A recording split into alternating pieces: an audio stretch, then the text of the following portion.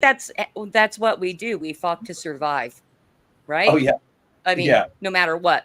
Comic Shop Showcase. Is that the name of the podcast? My roommate's trying to find it. No, it's actually Winding Down Wednesdays. I just put Comic Shop Showcase on. It's actually Comic Showcase now. I pulled the shop part out of it because we're not a shop, but it's also at the exact same time. It's just kind of one of those ideas where I'm like, this is what we're doing on Wednesday nights, and like if we end up having a movie guy on before, which we've done that before, we had the guys behind Nefarious on.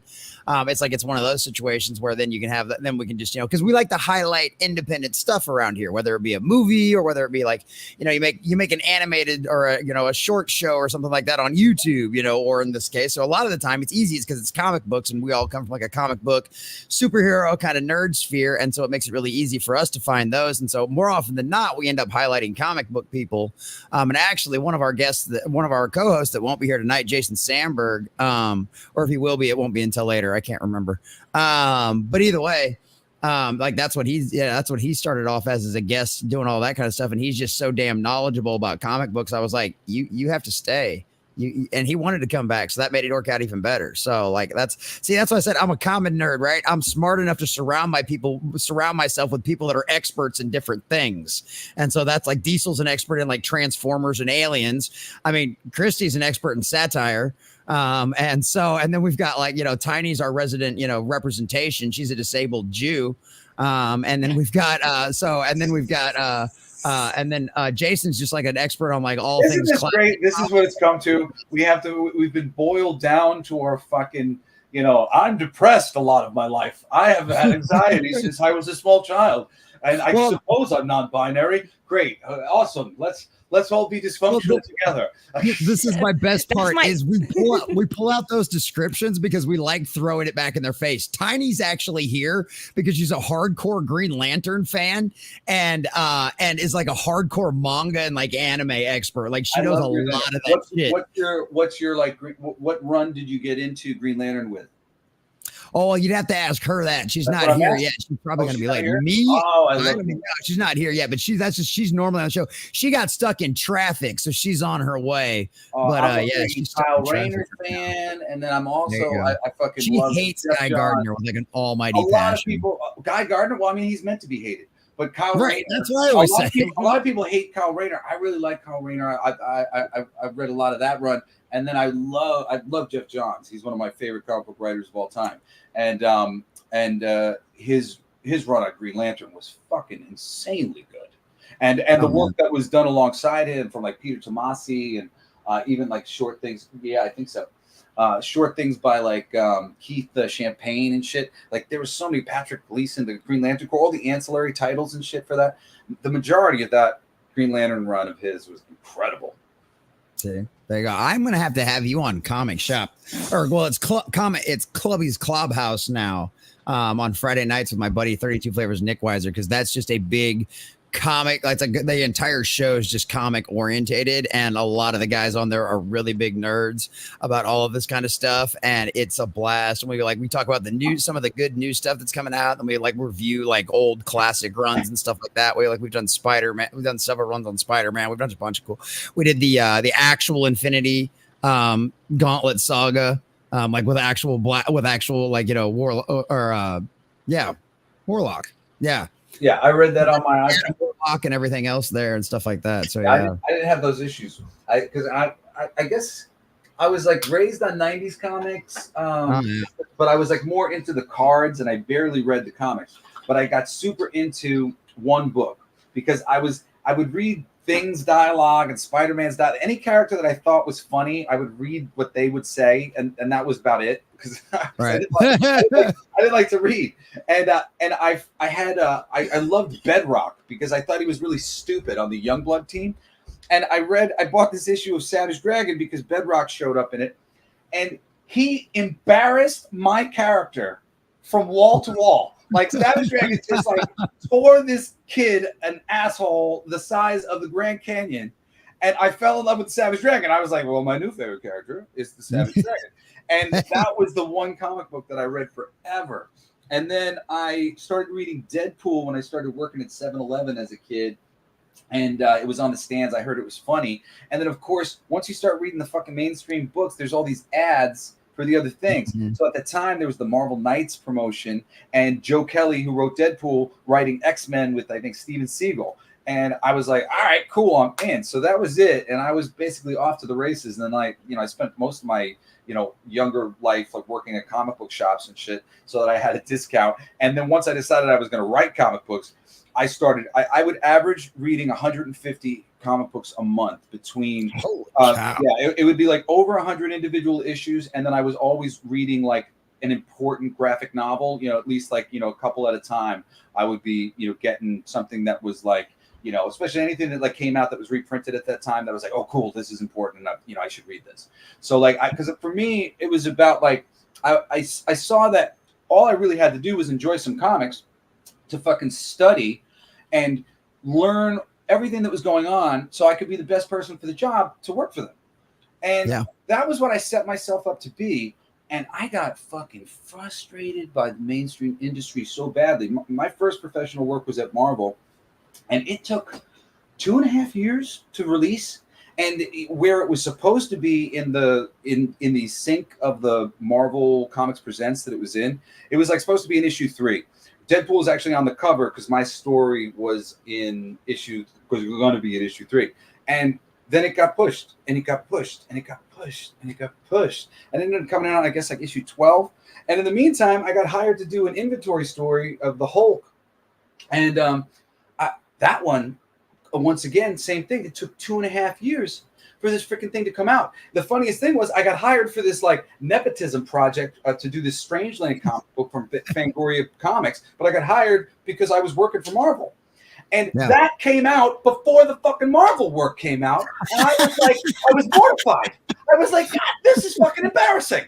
I totally proved, that like I was the right man for the job. And then this other thing comes up. I remember my mom had like framed the cover of the Strangeland comic, and I was like, "Oh, fuck you, Mom!" Like, it's your first work, and I was like, "I know it wasn't supposed to be. My first professional work was Marvel. I have the check. It's dated before that fucking comic book was published, But like that was aggravating.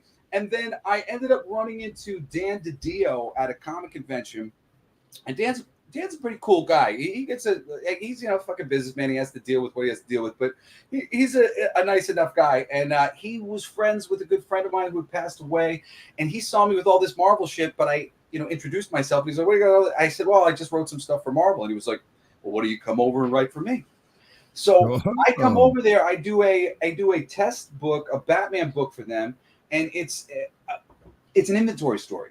But I want to make sure, guarantee that it can be released. So I write an April Fool's Day special starring the Joker, and just how about basically everybody's come to realize that like that's Joker's favorite fucking day of the year. Like, if he's available, something's gonna happen.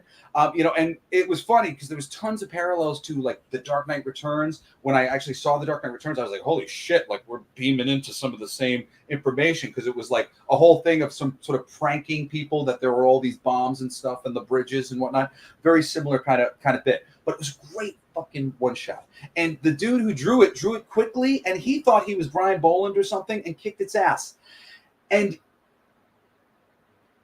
I bet they don't even have it anymore. It's lost in some sort of fucking computer somewhere, or whatever else that it might be, because the New 52 happened, and then it's even beyond whatever, and the editors who worked on it or whatever. And then they hired me to do this fucking miniseries, and I made this dope thing about this vampire escaping from hell, and like all these characters, all these dead people from Dante's Inferno kind of thing, of like a 9 levels of hell, and half of them were from the DC universe who had died, and it was like Lobo and Manchester Black and Mist and a whole bunch of people, Jonah Hex. It was fucking dope, and they're all like rising in different areas of the earth, and they're like, all right, you can't use any of the existing characters. I'm like, all right. Okay, so I fix the thing, I write all these original characters, I make a biker dude to replace Lobo, I fucking fix all the shit, and then they go, you know what, Jess? We really love this idea. We want you to use it for a Lobo miniseries in the future, right? After Scott Ian finishes doing his thing, it'll just, make sense, and again, they cast me for this stupid fucking Dead Romeo thing because they were trying to ride this Twilight wave, and they're like, oh, Jesse's handsome son of the rock star guy. Let's give him and they hand me this book that I know the culture's going to hate. and I try to make it something that the culture might like, and they're like, no. And then the last thing they do, I have to turn it into just vampires. They let me have a werewolf, and they let me have like this chick who's got mind control powers. It's like a fucking what do you call it when the vampires are familiar? And so I put out this book. It's like, it's okay. I run into my artist at the freaking convention. He tells me that he rushed out the issue in 1 week because he needed to get to the convention. That was how much he gave a shit about this fucking book, that I put all this effort into trying to break into the fucking industry and show people what I can fucking do. And, I did it with my one shot, and I did it with my short. And Deadpool, the Dead Romeo book, they really just kind of strangled me into doing something that's just kind of mindless, and it's action-packed, and it's super kind of fun, but it's a little hard to freaking see what's going on because the art's a little fucking fugazi, but the covers are nice. And then at that point, I was just like, and I was there. I was still in like the DC thing, but again, I was getting ready to get the fuck out of there. And then I got over at Boom, and I was working on licensed comics. But Boom Studios, Ross Ritchie, he didn't give a shit about the fucking quality of the books. Me and Aaron, my editor, are trying to make shit that's Pixar level. And like the licensors then got in at a certain point, and we like basically got into trouble because we had to redo all these books and shit because we were doing stuff that was creative. And they weren't actually running it by the people like they're supposed to do. Like they weren't doing it. Clearing it through legal. Yeah. So they fucking so I'm getting stuck with all these shitty stories, and they made me rewrite all these crappy kids stories that they had already approved and already released, and they were lesser for it. And then the one story that they approved for my Toy Story thing was the most stupid one. I had all these great pitches like Night of the Living Clay, where like they took Mr. Angry Eye's eyes on some clay, and he starts making all of these evil toys, and and we do like this great little like horror movie Toy Story thing. There was so many fun things. There's 2 issues of a toys versus machine thing that I did that was so fucking dope, where Andy's getting like mesmerized by video games and the toys are being neglected. It was just a great freaking metaphor. It was a perfect fucking Pixar thing. It was a really honorable freaking thing to the lineage, and that shit got scrapped, and I had to write these dopey stories where they're fighting for Bo Peep's affection or whatever crap from the stupid storybook that they had released. And then the Muppets thing was even worse. It was one of the greatest first issues I'd ever written, greatest second, greatest third. I wrote this freaking book in 1 week. I sent it over to my editor. Next week, I was so excited. I wrote issue 2. I wrote issue 3. I was about to write issue 4, and then I got my notes on issue 1.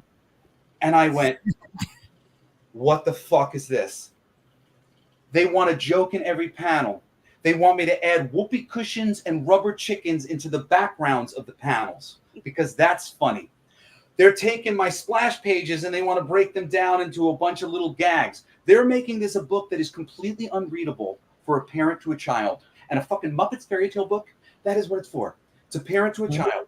So I wrote it. I'm a parent. I have 4 kids. I wrote it for me to be able to read to my kids. And I literally told Aaron, I said, I can't do it, man. I can't. I don't have any more. I'm not going to add bad jokes to my book. I said, you just get somebody else to do it. And they brought in a friend of ours, Patrick Stork, and and he was like, Jesse, I'm so sorry, man. You really wrote a great book. Listen, I did the best I could. And he got a couple good jokes in, but yeah, I had written the jokes. It's overwritten, and then CBGBs. I did a 1-page CBGB story that they were giving out at a convention. Wrote the whole thing. It was a great joke. He tells me we need to cut one of the pieces of the joke because there's like a whole bunch of answers to what CBGB stands for. And the last one is the funniest one. I said, I'll cut whichever one you think is least funny. He cut the fucking punchline.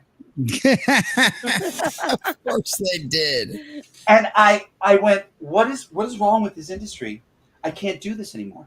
So then Dynamite Entertainment reached out to me because Alex Ross had recommended me because he loved my Hulk comic that I wrote for Marvel, which my Hulk comic that I wrote for Marvel is really like my crowning achievement as far as they didn't fuck it up except they released it as Hulk Let the Battle Begin, which it isn't action packed. It was like a introspective story about how he gets back from being with the purple pants and gets back to hitchhiking on the side of the road. How does he get his glasses? How does he get all the shit together? And I told that story. There was action in it, but it was promoted as this action story. It was sold for an extra like $2 with a reprint of an Ed McGuinness beautiful art thing, but a story that is like, you can't fucking understand what it fucking means. So like they put it out in a terrible freaking way, but the story wasn't touched, and the story's great. And, you know, and that thing led Alex Ross to recommend me, and I pitched for Evil Ernie. And I love Brian Pulido. And I kept putting his name on the book and Stephen Hughes' name on the book, and they kept removing it.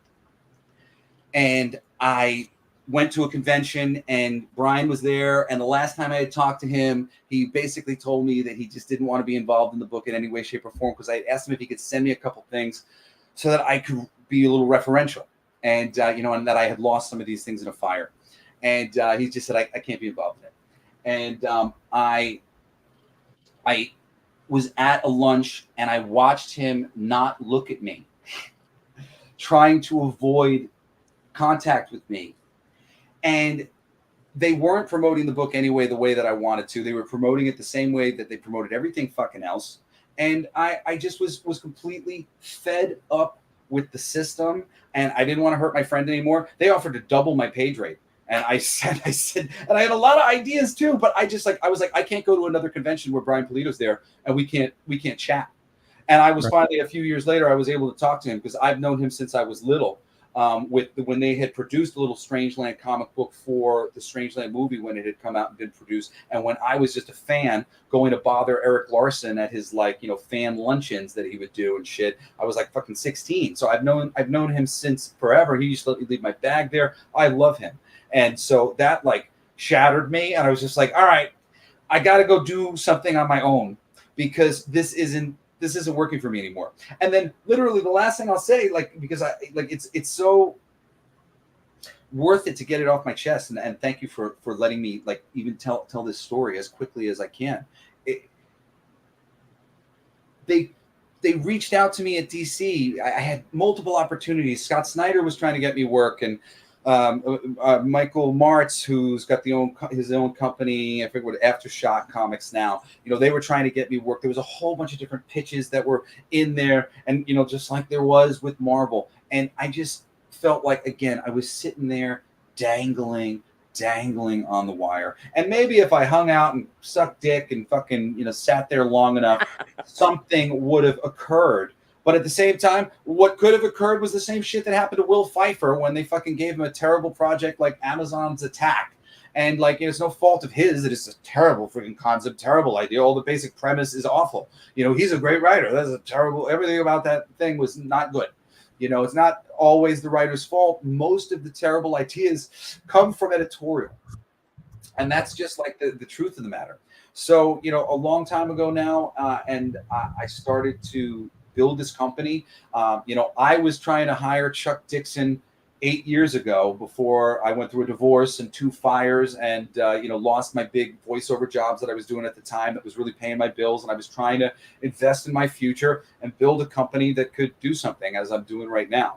And you know, but I've had to change my model from doing it all myself, you know, as I have like 2 incomes that I have to make, and living the artist life. You know, people think that I'm in my father's pocket, and he's not a fucking Rothschild, man. He's living comfortably, and I'm glad that he is. You know, I'm working, and, you know, and a long time ago now, I set out to, I have to do this. I can't be doing the things that I don't care to do. I make comics, I make music, you know, and I talk about those things, you know, on my podcast, and, you know, it's all just grassroots. And, you know, people like me who have been through this industry and seen what it is, you know, can tell you why the things aren't as good as they can be.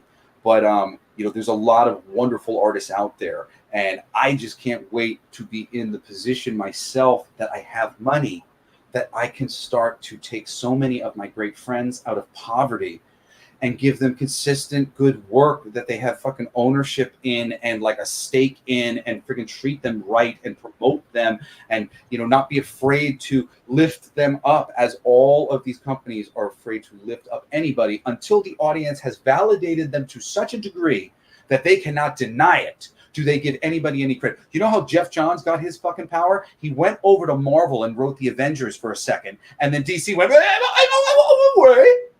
Wait, you know, we appreciate you. Like, And that is some bullshit, man. There are so many wonderful writers and creative people who are just being left to die on the fucking vine, and it's awful. And I'm here to fucking do something about it. Here, here, amen, brother. Hell yeah, that's a hell of an intro right there, ladies and gentlemen.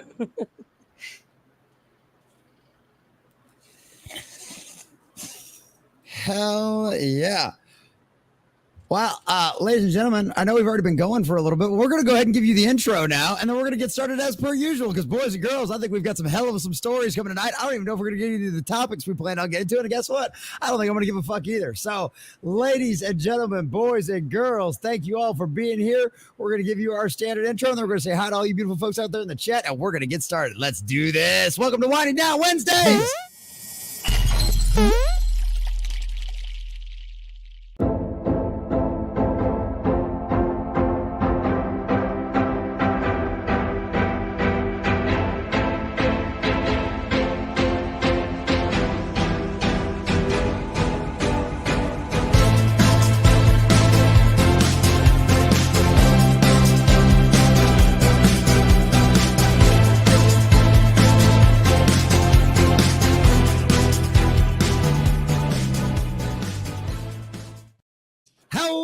Today, guys, it's Jesse with the Common Nerd, bringing you pop culture and all things nerdy through a common sense lens. And welcome to Winding Down Wednesdays, boys and girls. If you haven't guessed it already, we have a wonderful guest tonight, our dear friend, Blacklight District Studios, Jesse, the creator of, well, we've already said it a few times, so fuck it. Fucking for our future, ladies and gentlemen. So we're going to check that out. We're going to highlight that. We're going to do a little comic showcase tonight, promoting more of what we like to talk about, because like we do love complaining about all of the crazy stuff that is going on out there in the world. I have a great time. Some of the best videos out there. You guys love the most of the ones where I go absolutely ballistic, ranting all of the stuff that's out there in the mainstream media. But as always, if we're going to complain and cry about things, we can't just do that. We also have to be part of the solution. So one of our favorite things about Winding Down Wednesdays is being able to highlight part of that parallel economy, those alternatives that are out there to find new and interesting stories. And that's exactly what we're going to do tonight. Plus, hopefully, we'll see if we get to it or not. We'll have some fun roasting all of that kind of stuff. But before we get into that and get into his wonderfully adventurous comic, let's just put it that way, we're going to introduce our co-hosts real quick, and we'll see how he's doing tonight. He's working on some sketchy software, or he's working on some sketchy hardware, but by God, he did his best to be here. Diesel, how you doing tonight, brother? Hey, man, what's up, dude? Hopefully you can hear what I'm saying and everything. I was just listening to the whole thing and then trying to piece together when it went quiet and roboted and trying to put the words in there that disappeared while the computer had a stroke. Man, I'm pretty good, dude. I'm pretty sure I got my guitar hand back, dude, after the surgery. So I'm going to have to buy some strings for it, man. Like, it's not shaky like it used to be. I thought that whole thing was from the stroke, man, but apparently that cubital tunnel syndrome and the carpal tunnel syndrome were keeping me from moving the muscles in my hand, dude. So now I'm good. I can like grab stuff. I'm not getting too into it, but I'm going to pick up some strings, man. And when this thing gets healed up, start playing again. I played for almost 20 years, man, and then this like kind of quit, fell off the wagon, got drunk, had a stroke, and then didn't play anymore. So you had a stroke? Yeah. I drank. You went over. That was an exciting piece of information. Skipped over rather quickly. Oh yeah, I've said it so many times, man. I forget who hadn't heard it. Yeah, man. I'm a recovering Are you better alcoholic. now? I drank myself. Oh man. Oh, because alcohol. Dude, I tell you what, man. I don't. I get sick whenever I drink anything now. I drank only socially. I didn't start drinking until I was 28, and it was because of comics. And not drinking because of comics, but because it seemed like it was an easier way to get with the editors. They seemed insulted when I would be like, "Oh no, I don't drink," and I did it like for so long that I was like, "All right, maybe like I'll stop saying that kind of thing," and like they'll feel more like friends or something. And the place. I've never really felt like it was good for me drinking, but I tell you what, now as I've like grown, or I should say, as I've begun to really try to practice living in a high vibration and like, really spiritually, I guess, for lack of a better word, and like a high vibe, the alcohol like messes me up. Yeah. I believe that. It Oh yeah, man, absolutely I'm can, allergic too, to especially alcohol. when Whenever I trying to drink, yeah, when I drink, I break out in handcuffs, like every time. That's a great line. Can I use that for a song. I never get tired. I got that When in I drink, AA, man. I break out in handcuffs. They sure are itchy on my wrists. On my wrists. No, handcuffs suck, man. I had a woman talking about handcuffs one night, and I was like, "You try to put handcuffs on me, I'm gonna have DUI flashbacks and start swinging." Fuck that. I only ever got handcuffed once, and I got let go at the station. And I'm so grateful. Yeah, I was a stupid kid. Man, the back of those cop cars are hard plastic too, in case you're wondering. No, do you want a decent, quick story of getting arrested and then getting away with it? Of course they did. Come on, go ahead. I haven't thought about this a long time. So I was going to my band's rehearsal out in the Hamptons, and I didn't have a front license plate. I don't know what fucking happened to the front license plate, but I didn't give a shit. And this was like a week where like I got like 6 tickets within like a week's period, and I had been speeding and driving like a maniac for years, and like nothing had ever happened. And then all of a sudden the universe was like, stop, not anymore. and I pull out of this parking lot, and as I'm pulling out of it's like the McDonald's parking lot, I'm getting food for the band. And I see there's a cop right in front of me in like the perfect position to see the stupid license plate is missing from my car. But there's like a corner turn. So I make a quick corner turn, and I quickly turn behind this building and park there, get out of my car, walk around the block to the 7-Eleven, get out, buy a couple things. And then I come back around the block, and the cops are there, and they're staking the whole place out, and they think that I'm some sort of drug dealer or something like that. She sees me from across the street. She comes rushing over to get me. I'm like, she grabs me, throws me in the car. What'd you throw out of the car? What you have to get rid of? What you have to all this stuff. So she's just like badgering me for like what she thinks I did. And I just start going, oh my fucking God. Oh my fucking God. I'm such an idiot. Oh my God. God, you're such an idiot. You're such an idiot. And I'm just repeating, you're such a fucking idiot. You're such a and she starts going, what? Why? Why are you such a why? No. And I'm like, you're not gonna believe me. She's like, why? Maybe I will believe you. I'm like, you're never going to believe me. At this point, I am such a fucking idiot. She's like, why'd you run for the cops? I'm like, well, because I just found out the other day I have a suspended license, and I haven't been able to do anything about it. And I know I have no front license plate, and my dad told me that I could get arrested for that. I really didn't want to get arrested, so I ran away. She was like, you can't get arrested for that. And I was like, what do you mean you can't get arrested for that? I'm like, you're saying I fucking ran away for no fucking reason? She's like, no, you can't get arrested for that. I'm like, I'm even more of a fucking idiot than I thought I was. She's like, you were dropping drugs. I'm like, I don't do drugs. I'm fucking straight edge. I haven't done a fucking drug in my life. I don't drink. I don't do anything fucking fun. I play music, and I was taking food to my band. I'm like, this is like the most ridiculous fucking thing. I'm just like a writer and a fucking insecure creative person. Just like, this is the most ridiculous thing that's ever happened to me before in my life. And she's about to fingerprint me in the station, and she goes, get the fuck out of here. Wow. And I was okay. And I had a long walk to my car with no front license plate, and a very scary drive there to my rehearsal very late, and home that night that I wouldn't get arrested again. Oh my goodness.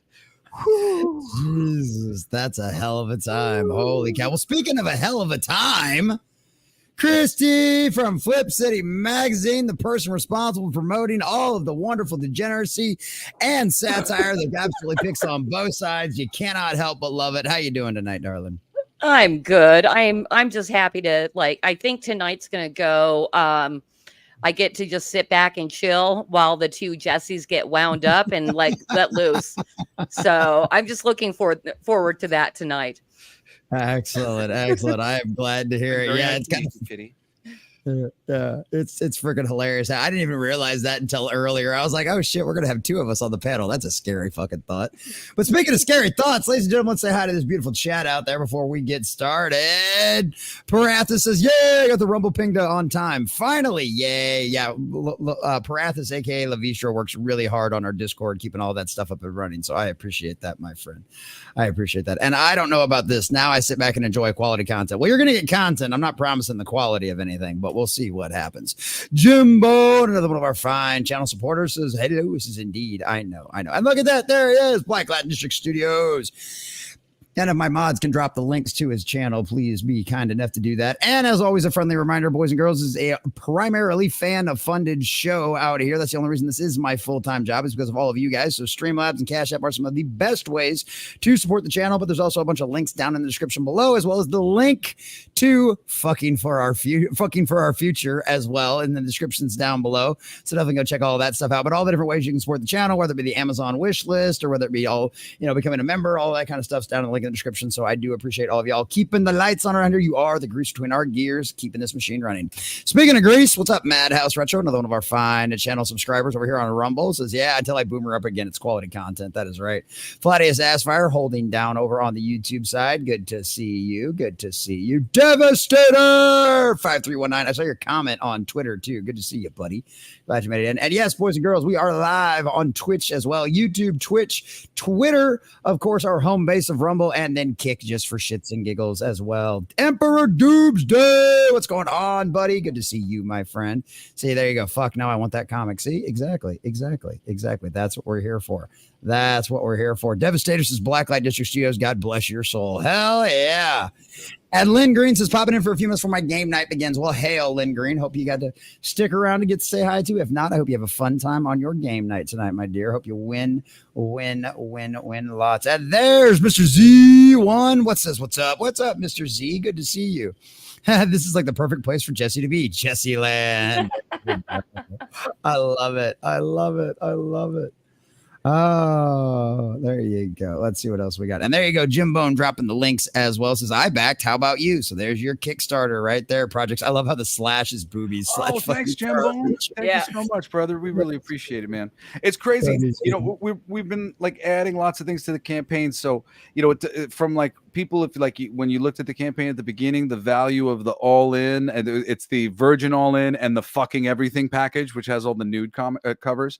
And, that the value is like really pretty good now, like, with all the stuff that's there. And, as I think we'll be able to break over some of these barriers for like unlocking some other stuff, and it'll really just be going up and up from here. So, people who dig the book and dig what I have to say about comics and the industry and want to see some change happen. I mean, like right now, I'm getting money not to pay my salary as a creative director for Blacklight District Studios. I'm getting money to fucking take Aaron Sparrow off the freaking streets and do what Merc Publishing was doing with him prior to them just deciding to drop the ball with him. He was pulling all of their stuff together, helping the content, and they don't give a shit about the content. And they basically just like made him quit all his jobs and then let him go all of a sudden after he had caught them up on all their work. I've been trying to keep Aaron busy for friggin' ever. I have a whole bunch of licensed books that I want to get so I can just make more of a stake in the marketplace, and we could start to do something as a company, and I can put more people to work and make more quality books, and make sure this shit is being done reasonable and fair. It's just like the majority of the people who are running this business are just unscrupulous guys who think that they're taking advantage of autistic kids, and if you're here, you're probably on the spectrum, as I am, as high functioning as I may be, but it's like to really love and get deep into so many worlds and so many of these things, it takes a certain type of intellect, and some of us are simpler than others, but the reality is we're really freaking sharp, and right. And we love these things, and we've been curating a certain kind of level of content from the nerd culture world, but this freaking corporate, DEI thing. This is just cultural terraforming what they are doing here on planet Earth right now. And they are trying to force just agenda stuff to divide society. And we are tuning out in droves. And there's an audience out there who is looking for some great shit, man. And the people who know how to do it just need to be able to I just need to be able to feed my fucking family. And I will pump out so much fucking cool shit. Your heads are going to spin. And it's just because I love this stuff. And it's so freaking easy. And I don't understand well, I do now, but I didn't when I was young. I didn't understand. Once I started, I'm like, this seems like it should be way easier for the things to be great. And they're not. And then I was in the system. And then I go, all right, well, I see. Every single thing I set out to fucking knock it out of the park. And some aspect would just kind of really sell me short, of what could be, because they don't care and they're not good shepherds. But I'm a good shepherd, and that's what I'm here to do. Jesse, I have a question about like working in the industry and everything, because that with us in particular, we don't really work. We've never worked within the industry. We've always been independent. But your story before we actually did the opening, kind of lit a spark in my mind to because what it seems to me is the shit rises to the top, right? The people that are saying, no, let's go with this really, really crappy idea. So you get to see the death of your story right in front of you. And I can see how that's heartbreaking. Do you think that would ever change in the industry? Like me personally, I want the industry to completely burn down and everybody only to have indie things to choose from, like the old days. Like go seek that shit out. Seek out the good stories and the good storytellers and artists and everything. It will change. What's going to happen is, it's Comicsgate and all of the people who just wanted quality comics and wanted to feel like they were respected by the people who were taking advantage of all the energy that they had given to them, for years and years and years. And we're feeling like just, this whole thing it's like so silly. It's a disrespected fan base, but we're the real people. And because I was always a fan first and was always audience oriented, and I got into comics to please me, to please this audience. I was in the audience and I was like, oh man, if this guy was reading this other guy's book, if one of the editors was paying just a little bit more attention, like there was just so much to do. There was so many possibilities. And I just wanted to play in that fucking sandbox, But the way they have it set up now, especially, they've really turned each other off from each other. The audience and so much of that mainstream group has really soured itself. And I think there's just too big of a gap now for people like me and people like Jeff Johns and others to make Roadways into something new. I think that Image is going to struggle with the business model, same as it is. The Kickstarter business model is manageable for a bit. I want to get out of that. And I think that going into prestige format sized comics that can easily be sent in the mail, and you can do subscriptions, a subscription model through Kickstarter and things like that, could be, a way of the future for people to be able to get, but you need to have a little bit of money to be able to get all those things in place to do that right. You're going to do a prestige format instead of a 22-page book. It wasn't too hard for me and my buddy, who's a Marvel artist in disguise, to do a 22-page book. We were having fun, and, and we turned around the things that we needed. And, he did the art, I wrote the story, and then I've done everything for the Kickstarter. So, all the Photoshop and all of the layouts and all the stuff, I don't have any money to fucking hire anybody. I did all that myself. I'm a decent artist, but I'm a perfectionist, so I don't like my art. But like as a graphic designer, I can do a good job. And so I put together all the campaign, and I'll be fulfilling all the orders, and I'll be doing all of that, myself, to make a great partnership with my artist and for it to be reciprocal and good. And these are the types of relationships and ways we need to like do business moving forward, where everybody is, getting taken care of. And I really think there is a way to build a future for so many brilliant artists who are around right now, especially. And I think we just have to get through this kind of murky place where we're in right now, where people who really don't deserve as much of a spotlight on what they're doing have a total equal viewing to people who really do deserve attention for the great work they've done, they continue to do. It breaks my heart sometimes, some of these campaigns that I see go down of people that I respect the fuck out of them, and they're really not making more money, and they deserve to make more money, and they can't get eyes on their project because all the freaking social media is all locked up, and they don't have any money themselves to put it into the promotion. So it's a fucked up system. But, I really do believe that it's about community, and it's about the fan base who really gives a shit coming together and building something new that we can all fucking love and adore and gatekeep the fuck out of. If you can't read the book, don't give me a book report. Okay. That's the fucking thing. Like, I can't stand this notion of like, I'm supposed to move aside for your ignorance. No, you're supposed to move aside for my wisdom. And yes. I shouldn't have to ask for that. You should recognize that as someone who read the book and you someone who saw the movie, like different thing. As someone who bought the toys and has the statues and is involved in the thing and writes and works in the industry, your voice means this much. My voice means something. I actually know what I'm talking about. And actual, accomplishment within an apparatus is important, and we've lost that completely with the complete casting of individuals for writing assignments. And the funniest thing about this is they cast right over some of the best female writers like Marjorie Bennett and stuff. Like, there were people who were good at the time who were demonstrating how good they were, but they weren't good politickers.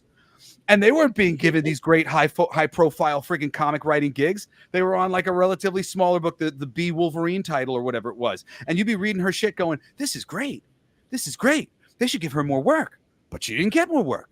Like, so it's like, and the same shit where they fucking call Christopher Priest and they're like, yeah, can you do Cyborg? And he's like, nah, I'm not doing any black characters. I love him for that, for all time. Christopher Priest, you're the man. I love you, brother. That is so awesome. I've never met him before, but I'm a big fan of his writing. And that shit was great. That's fucking glorious. See, and that's one of the things, like, right, like you talked about, the problem is the system doesn't want to recognize good talent if you're not politics. And like, we used to have a bigger channel. That one got nuked because of stuff like we're going to cover in your comic this evening. But it's one of them situations where we're trying to get back to that now, because that was always one of my favorite things to do, is to promote independent guys, promote people that are out there doing their own thing, because people need to be highlighted. And the problem in our corner of the internet is the fellowship's huge, and we've got some monster creators in our corner of the internet. The problem is nobody does this. And more people need to do this, especially those guys with bigger platforms. So that's always one of my hopes. That's one of my goals. That's why I started doing this early on. I mean, Diesel's been here practically since the beginning, and he knows that. This is one of the first things we did. It's one of the reasons why Jason's been over for so long, because someone needs to do this. Somebody needs to be out there promoting all of these alternatives and all of these things out there that are good. And so, really good, someone with taste need to be seen. Yeah, someone with taste, somebody who trusts their taste. I say this all the time in the music industry. I make music and I make comics. That's what I love to do. And the taste thing, that's the terrible crime of the majority of the people who are hired. They're controllable. They're in the fucking know, whatever else. They don't have taste.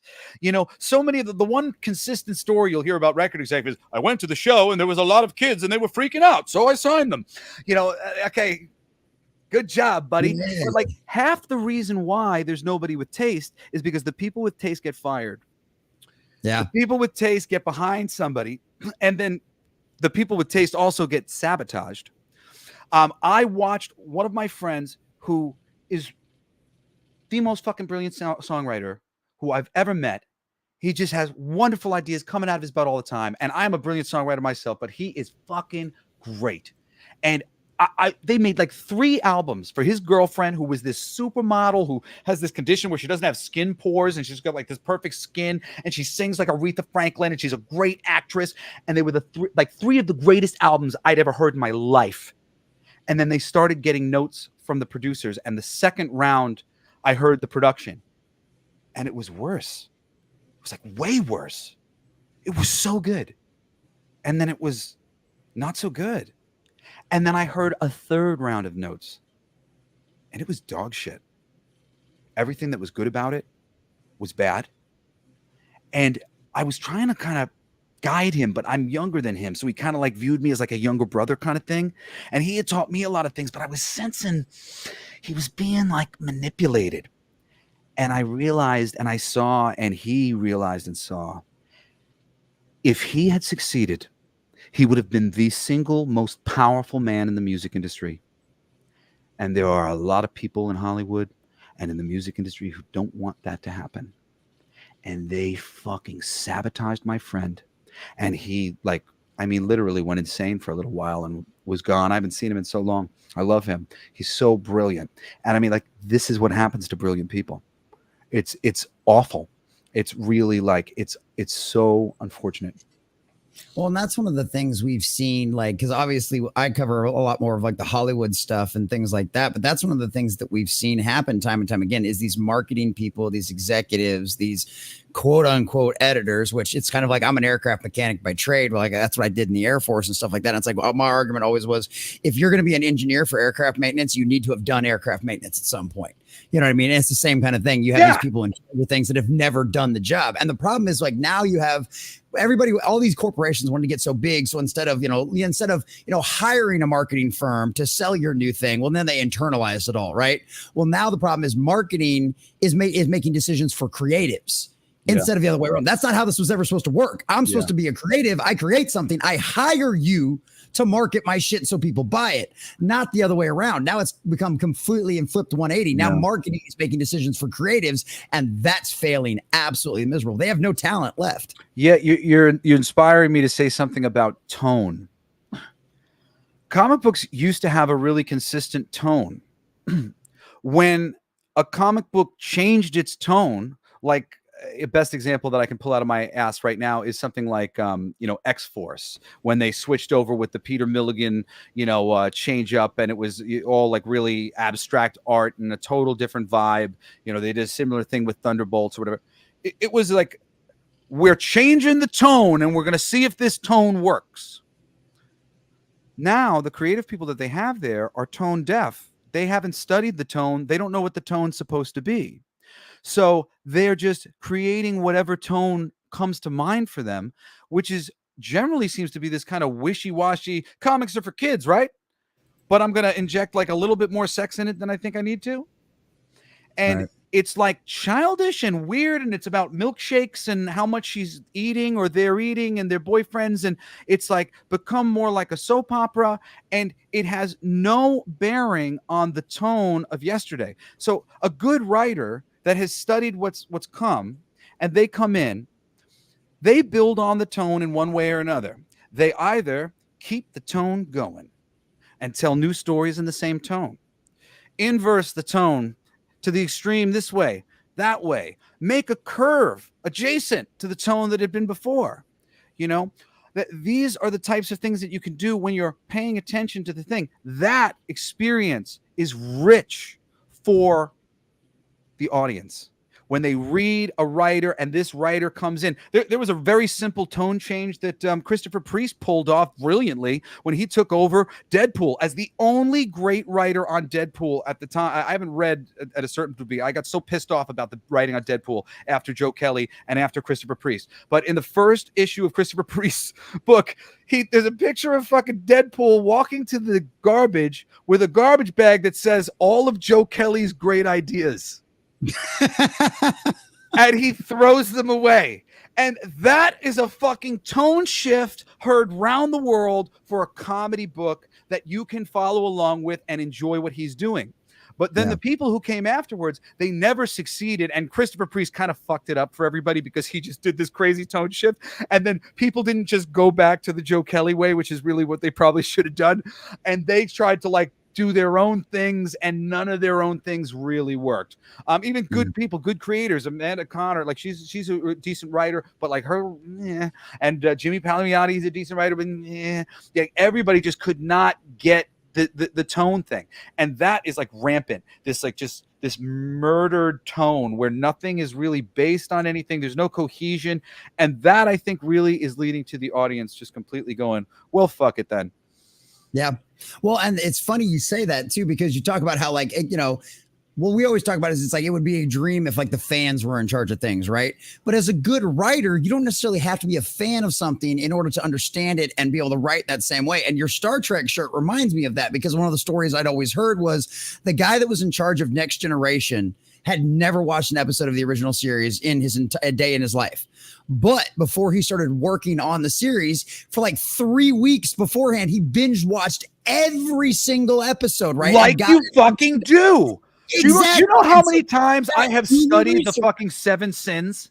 I have happened to write stories about the 7 sins multiple times. I have had to read so in depth about the fucking sins over and over and over again because I was writing a story about it. The first thing that one of the first things was that Fangoria thing, the 7 sins that I said, actually came out. I studied the 7 sins because I wanted backdrop. I didn't have to study it that deeply. But then I did the freaking Dante's Inferno and I ended up studying the 7 sins as I was doing that pitch. And then I came back around to it again for another project I'm not remembering. And then recently for something that hasn't been released by that miniatures company, I did a mini series for them called The Others. And it's all about like basically kind of like a Cthulhu thing of like these really creepy monsters coming through thing. It's a dope book. Hopefully they'll release it at some point. But studying is the fucking root of writing. Either you go out into the world and you have experience, or you fucking read about shit and you learn about shit and you get as many different opinions and as many different perspectives and you watch as many movies and you listen to as many talk shows and you hear people talk and you see what they say and you pick up on one of the things I've never lost like ever and I never will because I'm a writer and I need this is when I hear some new slang, I start using it immediately. Like, like Slay Queen, like I'm all about it. Like, okay, I'm like, I got it, added it in, like that's based. All right, rock. Or, as my kids bring it to me, I'm like, all right, I got the lexicon is always building, and that doesn't mean that all of my characters start saying Slay Queen at every fucking, panel, but it does mean that when it's appropriate, right. I can use all of those tools, because I'm always studying the world. I'm always studying reality. I'm always reading books. And ultimately it's the greatest thing you can do for yourself because it's led me to, a reasonable amount of personal enlightenment, at least at this point. But I don't recommend it. It was very difficult to get here, but we'll all go there one day. But it was a bitch. I really don't recommend all of the things that I had to learn in order to become quite so wise as I am now. It wasn't fun. Well, and it's one of those things. There's so many people out there now, and there's so much free information about how to learn to study to become better at whatever you do, whether it be an artist or a writer or a creative or a mechanic or whatever, right? Like you literally have access to the internet. You have unlimited access to information that you've never had before. YouTube is your friend. Yes. And it's one of those things like that's one of those. I can't ever remember the name of this channel, but I saw Chris Gore from Film Threat on there one time. And so I watched his thing and I was like, yeah. And I'm like, anybody that's willing to have Chris Gore on there, I'm like, okay, I'm going to subscribe to your channel. You know what I mean? Like you've got a pair, but there's been what they do is they interview like people inside of the industry that are either writers or filmmakers or, people that have filmmaking and now they're teachers. And like, I watch these videos and I'm like, I'm learning something because I've had this idea that's been sitting around in the back of my head since like 2014.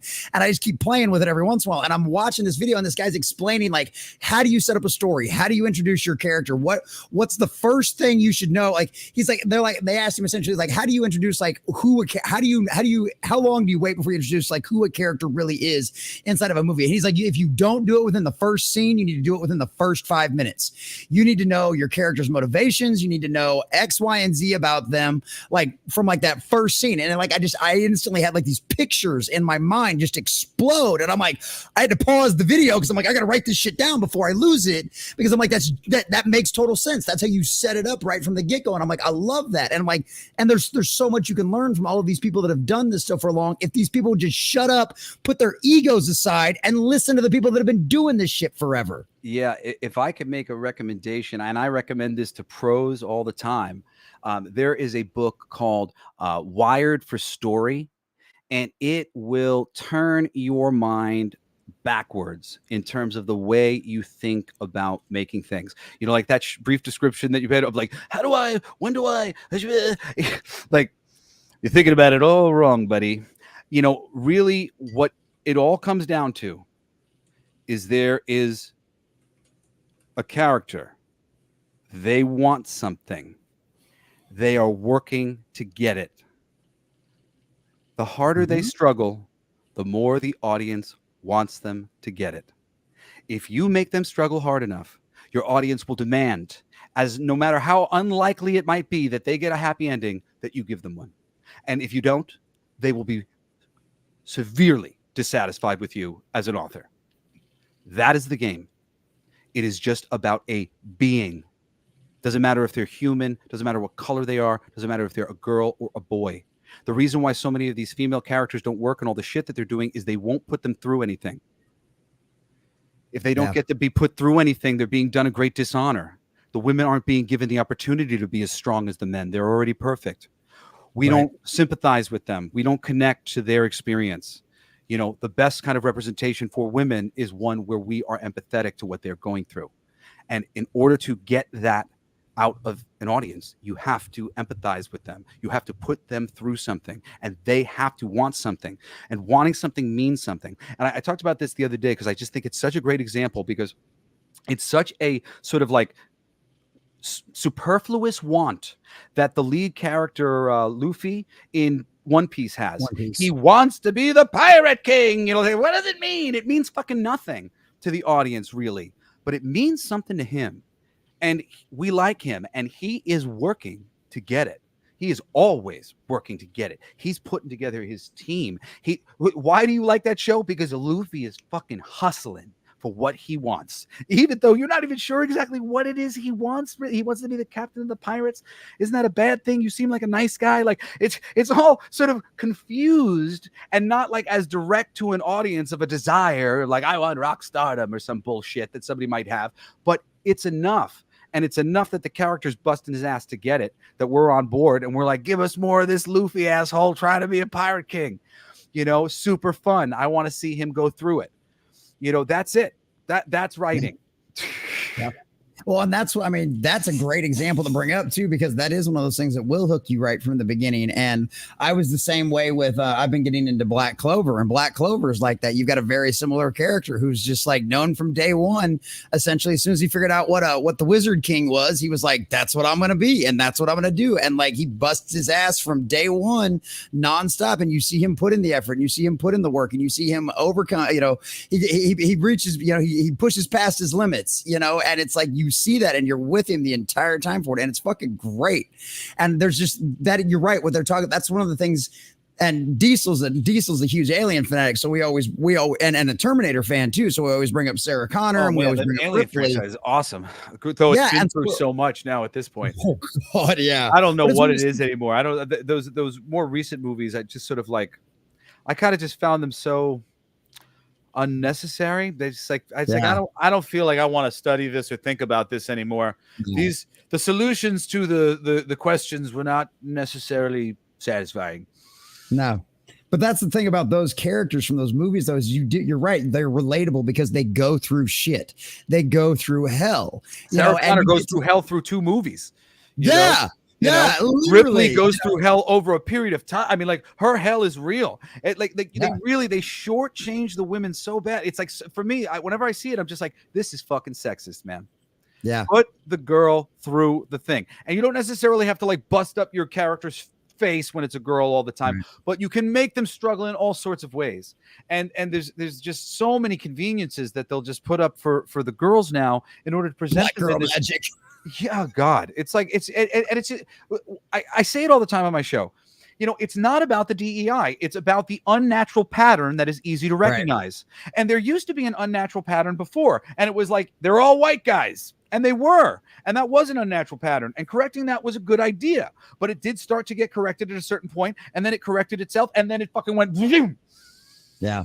And, you know, and basically I realized that as a fucking anti-establishment punk, I help these motherfuckers do what's happening now. I'm a peaceful guy, you know, Care Bear Stare. Let's, you know, come together and figure this shit out. I'm an English major. I want to communicate, but at the same time, I am anti the establishment, but I don't think we should burn it down. I think we should friggin', you know, tell these motherfuckers we want different things, you know, and we need to come together and we need to start having this conversation at a higher level. So when they call us racists or try to pull any of this bullshit, you know, like nobody ever pulls any of that shit with me because they know they can't get away with it. I keep waiting for somebody to fucking try to just give me a chance to write some big speech. Like, you know, like, you know, I have a feeling you wouldn't actually have to write it. It just comes flowing out. Well, now I get to do it on my podcast regularly. I did like an hour today on like how to change the entertainment industry, how to take it back, which is really just twofold. It's just really empowering the people who are great at doing it, getting a chance to empower themselves and do this stuff themselves and make an island away from these other motherfuckers, figure out how to do it for the fandom, with the fandom as a community type thing. And the community needs to rise up to reward the people who do that very well. There will always be people trying to get into comics, and I encourage everybody to try to get into comics, and amateurs and stuff like that. And I always try to give good feedback and be encouraging to people. But there are some people who really deserve these fucking Kickstarter campaigns that can help us fucking get ourselves back on our feet of doing what we freaking do from this industry that's been kicking us around for freaking years. I've always had to make my money elsewhere. I've made my money as a host. I've made my money as a voiceover actor. I haven't been able to get consistent work. And writing is what I've dedicated my life to. I'm good at speaking because I'm a good writer, and I sit there writing dialogue and whatever other shit and studying movies, and I'm good at that.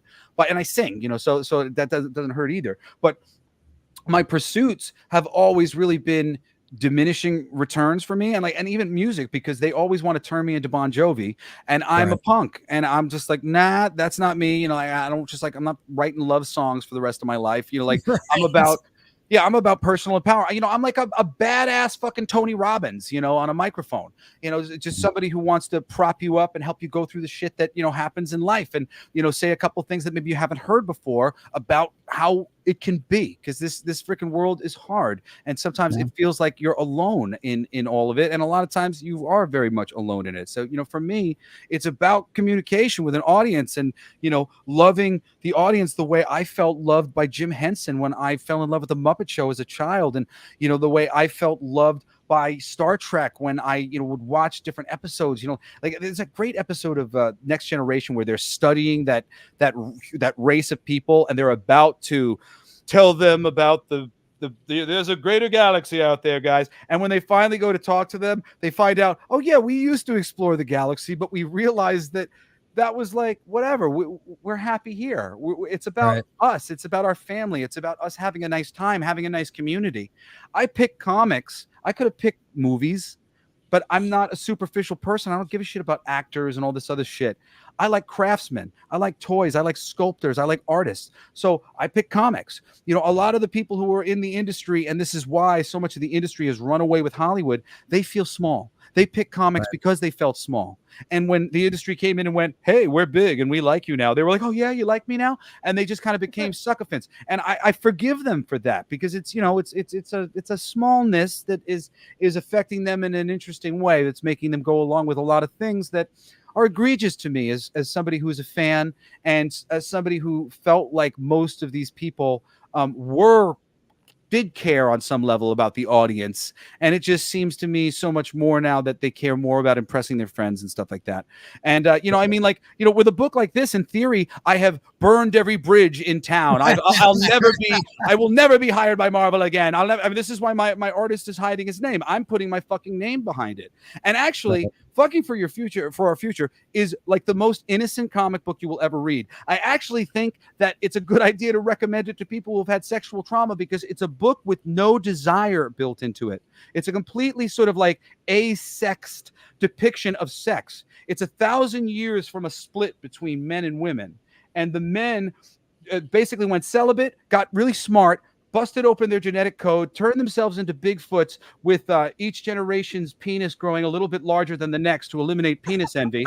And now the three-legged men, some of them have had to move into the oceans and roam the planet in renewed peace. But anyway, it's been 1,000 years since the girls went up north and built a utopian paradise, took all their sex robots with them, and reprogrammed them to help them build a utopia, so an open freaking jam jars and shit.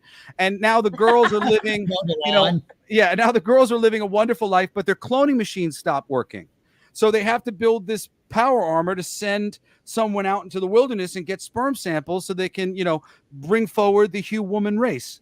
And, basically nobody will volunteer, because they have all these commercials of fucking for our future. And in the second issue, we're going to show it. They're going to be like, maybe we should change the slogan. And then the princess comes in and she volunteers. She's like, this is a way that I can show my worth. You know, I'm the Princess of Glon, and like, you know, I'll volunteer. So she's stuck in the power armor. But the comic is essentially a Roadrunner cartoon. They don't really have there's no sexual desire for these men. There's a need. They have sperm and we need them. And then the men, they haven't seen a woman in 1,000 years. They've been asexually reproducing for ages now. They're good, man. They're beasts living in the mud and having a nice time. And like, so it's a Roadrunner cartoon. The Roadrunner is the dude that the woman is never going to be able to get because he's not interested in this anymore. So it's just, now it's dysfunctional. There's a need for the thing, but the divide is there, and they're going to have to keep going back to the drawing board over and over again. And then there's so many different fun things that we're saying. It's really kind of fun because we're giving feminism everything it ever wanted. Utopian women society, you've got your matriarchy, it's all women, but I'm going to demonstrate that plenty of women can act masculine. You know, and like it goes both ways. And, you know, we need feminine women to create a matriarchy. We need feminine men to create a matriarchy, not add a bunch of masculine women into the patriarchy. That's not going to help anything. You know, there's a difference between the way things are spoken about and the way things are actually like done and perceived. And I think we comment on all this shit in a really lighthearted, fun, silly way that makes sex and procreation and relationships just seem kind of silly because we're just making such a light thing of it, and it's not salacious, it's not filled with lust. You know, it's just a goof, man. It's a really genuinely funny premise. So the goof will make you laugh out loud, you know, whenever it's hitting right with its premise. So I just look forward to doing it so many more times because it's one of these things where like I see the song and I'm like, oh my God, I could write so many more of these songs, you know. And and the second issue is in my head already, and I'm like, oh my God, she's going to the beach, so she's going to get the aquatic ones, you know, and I'm going to show them all everywhere. You know, like, yeah, and like, what rituals are the men doing now? You know, they're all standing on their dicks in a field. What does this mean? You know, like all these things, and like explaining how they're asexually reproducing. All the sperm are swimming around like tadpoles, eating each other in their balls. You know, like it's really going places, man. Well, let's check out this trailer since this is the best transition I think we've ever had, boys and girls. We just slipped that right in. So ladies and gentlemen, available right now on Kickstarter.com, Fucking for Our Future.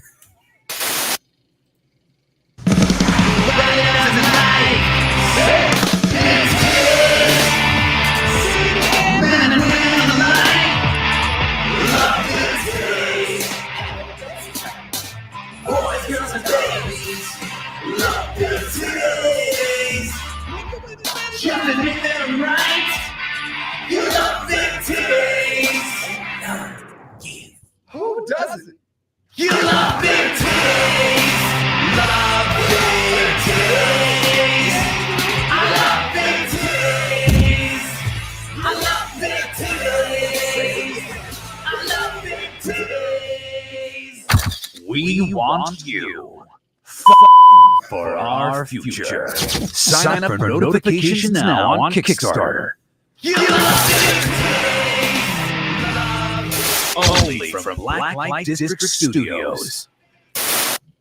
That is a pretty great trailer.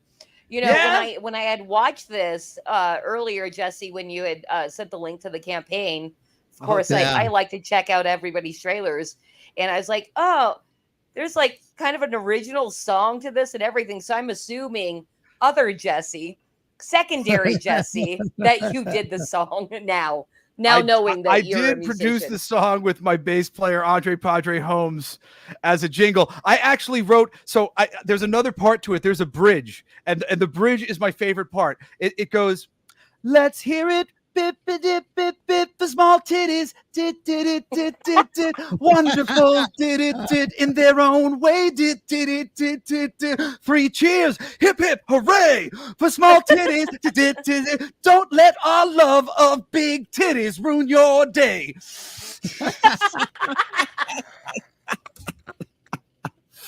Oh, that is fucking great. So is that good? I can't wait to record it. We got to write the We're rest gonna of get the that song. bridge for the second issue, or we're gonna get the bridge for the second issue. Probably. I have a band called Dilf USA, and Dilf USA is on YouTube or whatever else. We've released like 4 songs right now, and it just so happened we literally just released a mashup cover of Two Live Crew's "We Want Some Pussy" to the tune of AC/DC's TNT. And it's great. My girl directed the music video. It's very funny, and it's just like over the top and like really just next level subversion of the original intent, I think, because I'm not really like a recommender of the gangbangs, but they did mash up so good, and my bass player was really into it, and he really was trying to lean into the like seriousness of the song, and I was like, no, this is ridiculous. That's the only reason I'm doing it. But it came out great, and the video is fucking great, and I'm like I'm thrilled with it. So check out Dilf USA if you like our little jingle there. We've got a lot more cool stuff coming out, including a parody of Before He Cheats called Before I Cheat, and an original that's the next one called We Gave an Alligator Mushrooms, and I think that one will hopefully be getting around pretty far on the web, and we'll have a little bit of an easier time like sharing it. So it's Jesse, it's tough. One more time, where can people find this music? Because I do want to hear your extended version of this song. Oh, well, I don't have the extended version of that song yet, but Dilf USA, if you follow us on YouTube, Dilf USA has a page there, and we're like Dilf USA Band on every platform for the most part. And then I have a ton of stuff that I've released over time. My band Baptized by Fire was a punk metal band on Long Island in the tri-state area, and we had a song called Juggernaut that a lot of people know. And then I went behind the scenes and I made music for like ESPN, Monday Night Football, college football, things like that, like music that was placed in commercials and stuff. So a lot of people have probably heard, a song or two by me, over the years, just like in the background of something. And and that's how, one of the little ways that I could make music and try to get a thing. But it's Dilf USA as the prominent thing where I'm putting out all these music videos and stuff. But if you like Dilf USA, there's a ton of music that I've released in the past that is great. I've just never been attached to a major label because I don't like them, and I never agree to any of the things that they want me to do. So I just kept releasing everything independently and doing other things. I do enough things, so I didn't need to fucking rely on them. Nice. I think Jesse left, so you're carrying the show now. Oh, I get to carry the show? Well, Yeah. Let me interview you, Kitty. What do you've got going on? Oh, me? Well, I think anybody that regularly views the show knows that I publish Flip City Magazine. We've been publishing the most savage satire since 2020. And something that we've got going on right now is creating an awesome sampler to give away for free to hopefully get more people to read it. Like you had said earlier, before we actually opened the show, that you just want people reading your stuff. So hopefully they fall in love with it and come back. That's what we do too with our samplers. Yeah. I said that too. I get this a lot, because I'll do very small shows. I mean, small, they'll try to tell me they're small. I try not to look at anybody who wants to spend the time to talk about it. Yeah. You like A cups.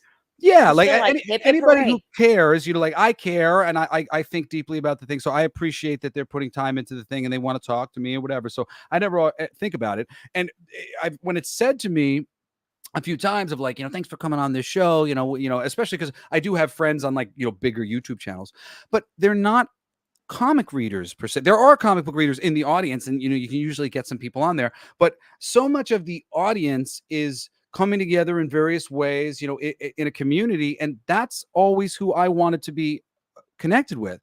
And because I haven't been able to really go on, to a lot of conventions in many years for many different reasons, whatnot, and that'll be changing soon.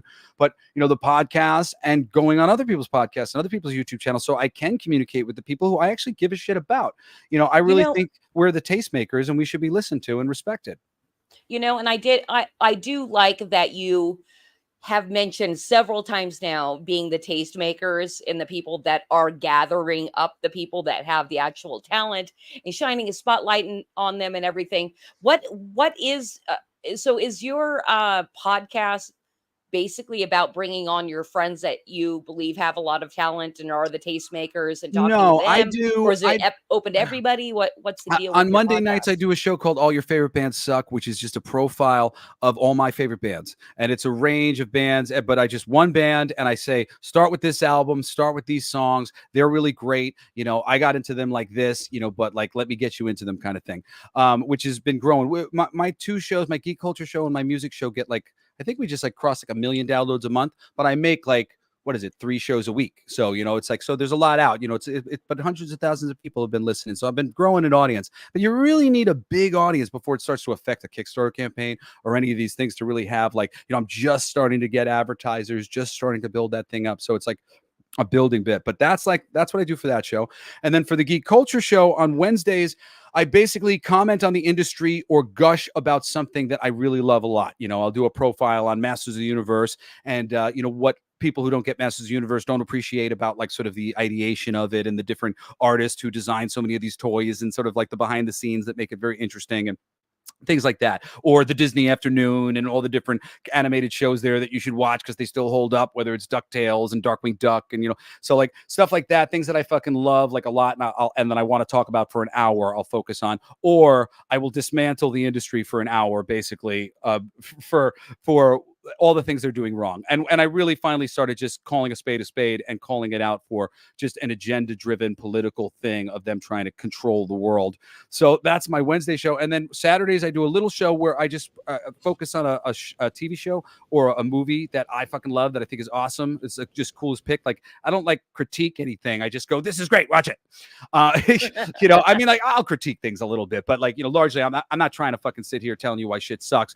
You know, other than in generalities, why things aren't really as good as they could be. Because I really believe that we deserve better art and we could have better art.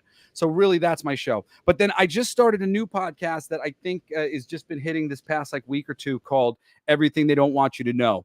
And that's all about esoteric sort of information, teaching you what the Freemasons are being taught and the secret societies are being taught, things like Hermeticism and alchemy and, you know, different things like that. Wow, your channel sounds like really eclectic and that you kind of have something for everybody. Because I'm like, just being myself, man. Yeah, I'm like, oh, you have an esoteric show? I think I'll watch that one. Oh, yeah, I do tarot card readings and stuff. I'm super witchy.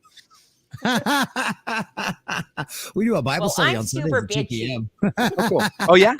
Rock and roll. Frenzies? That's fucking great. All right. So before we move on, because it sounds like we've got plenty of other stories that we could talk about and everything else.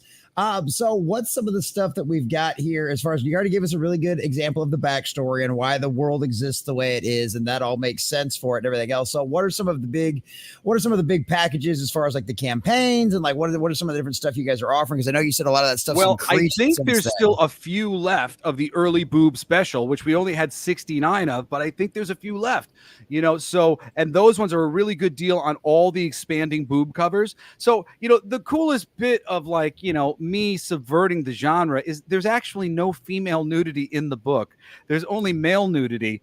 The female nudity is fake. It's a blow-up doll. It's a power armor that the princess is driving, and the princess is never going to be naked. I'm never going to show the princess naked. There's no reason to objectify her. She's a good girl. She's doing what's right for her family. She's a character that I like, that I would want to be. She's showing up every day trying to do something for her country. It matters to her. She's somebody that I care about. So for her, you know, she's getting up to do this, and it you know, it really means something to do something for her country and give back, and like it would mean for me, because you know, that like I hope it would mean for a lot of people. And again, it's about the desire to get something and working hard to get it, you know. And actually, with something like this, with the comedy of the Roadrunner and the he's like, you're like dying for the coyote to kind of get the upper hand for a minute, just like, come on, throw this man a bone.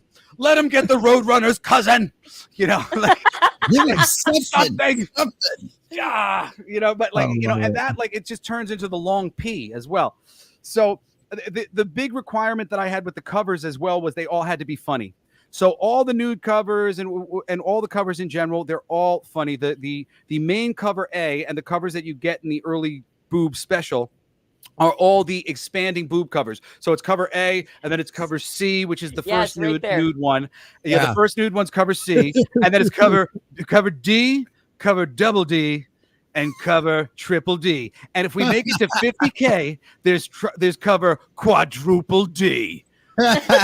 She's falling over, baby. And which is basically what happens in the book. And the preview, if you go down below, the preview literally leads up to this moment in the book when she's about to flash him, because she decides she wants to start trying to lure the beast with the simplest maneuver, which sounds like flashing him. I'll flash him. That sounds like that's easy. I'll flash him. That'll be enough.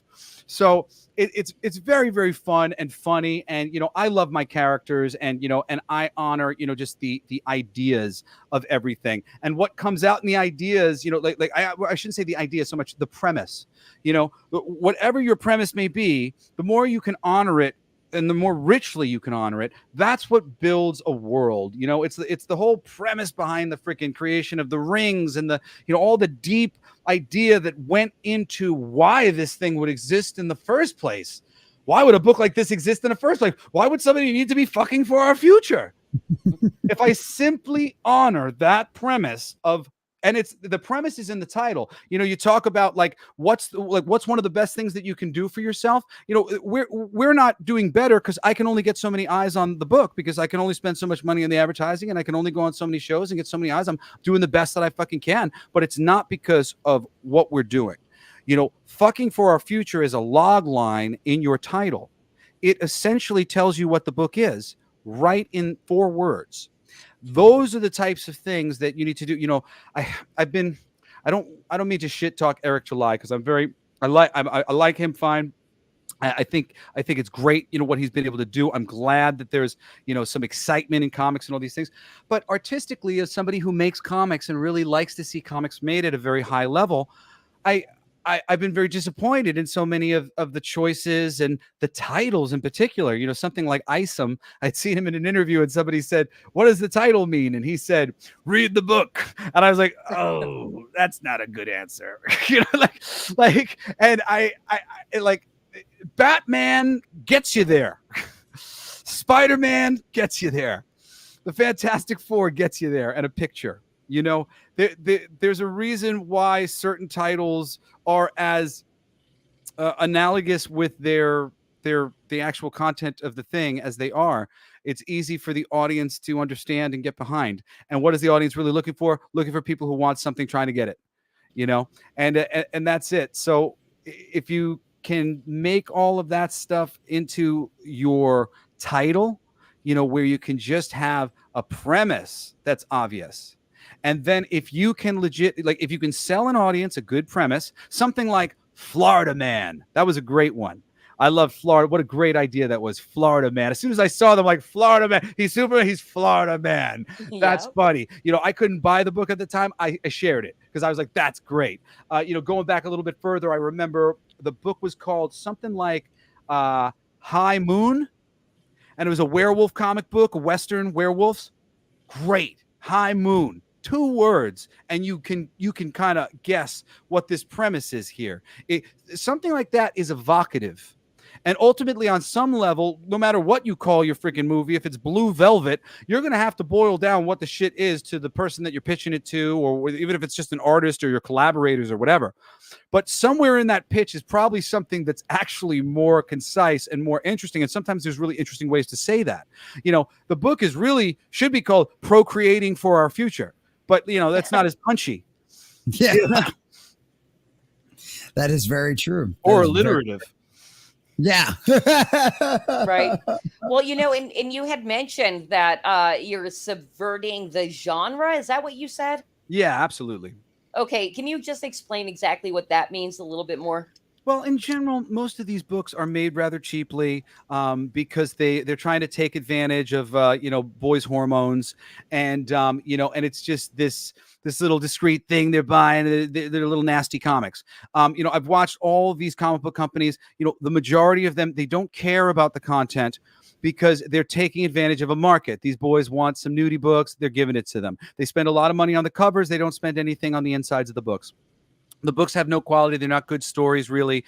Sometimes they think they're brilliant, and they're just like these really blatantly, stupidly sexist, nonsensical romps by a bunch of little boys trying to make comic books because they aren't talented enough really to do anything else. The artist that I have doing this book, he works for those companies.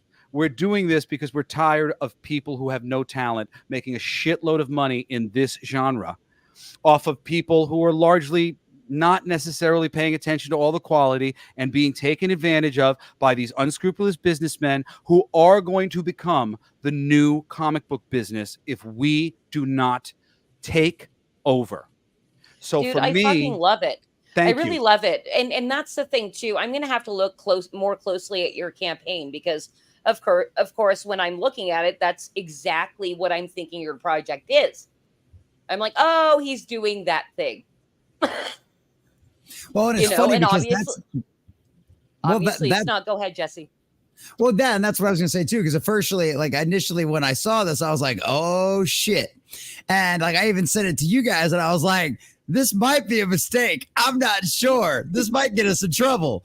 And so, but then I was like, "Okay, there's got to be more substance to this," because that was the question I was gonna ask. There's got to be a reason behind all of this.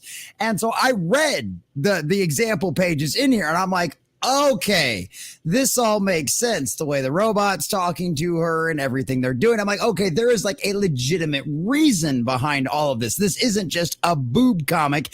And this isn't just some weirdo I'm bringing on my show who wants to write a boob comic for the sake of writing a boob comic. I'm like, there's something to this because I had no idea who the fuck you were prior to this. You know what I mean? I had no idea about your background in the industry. I don't try to go around telling people who I am either. Right. I treat everybody like my equal, and it's nice when people know. I like people to know me for my work in comics and stuff. Right. That's the stuff that matters to me. I like people to know me for my music and the things that I do. So I don't really spend any time looking for superficial friends or any of that bullshit. I'm too sensitive to that kind of energy. So it's all about genuine connections, genuine conversations, things that can move the world forward. I really believe that the geeks are going to inherit the earth and that it's just going to require a couple people like me to just come together egolessly to help us all get a little, get some financial strength and some stability under us and some community, and support going to get some of the creators and the people who are trying to do this the right way going.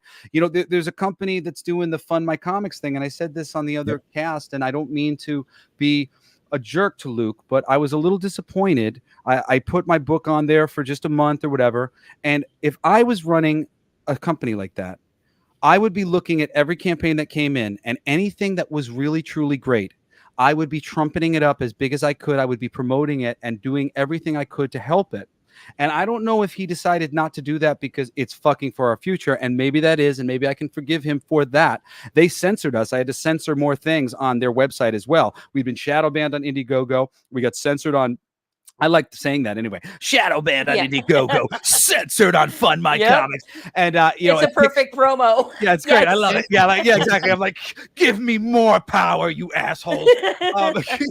So for me, it's been like fucking really fun, like going through it to some degree. But I really did feel let down. My project was really interesting, and Kickstarter is owned by some fucking corporate bullshit. I expect them to not give me any attention and whatever else. But Fund My Comic, I expected them to get behind a pro creator who was doing something on their thing, who was doing something that was better quality than the majority of the stuff that they have on their website. It's a lot of these books. It's great, and I'm glad so many of them get raised for and whatnot.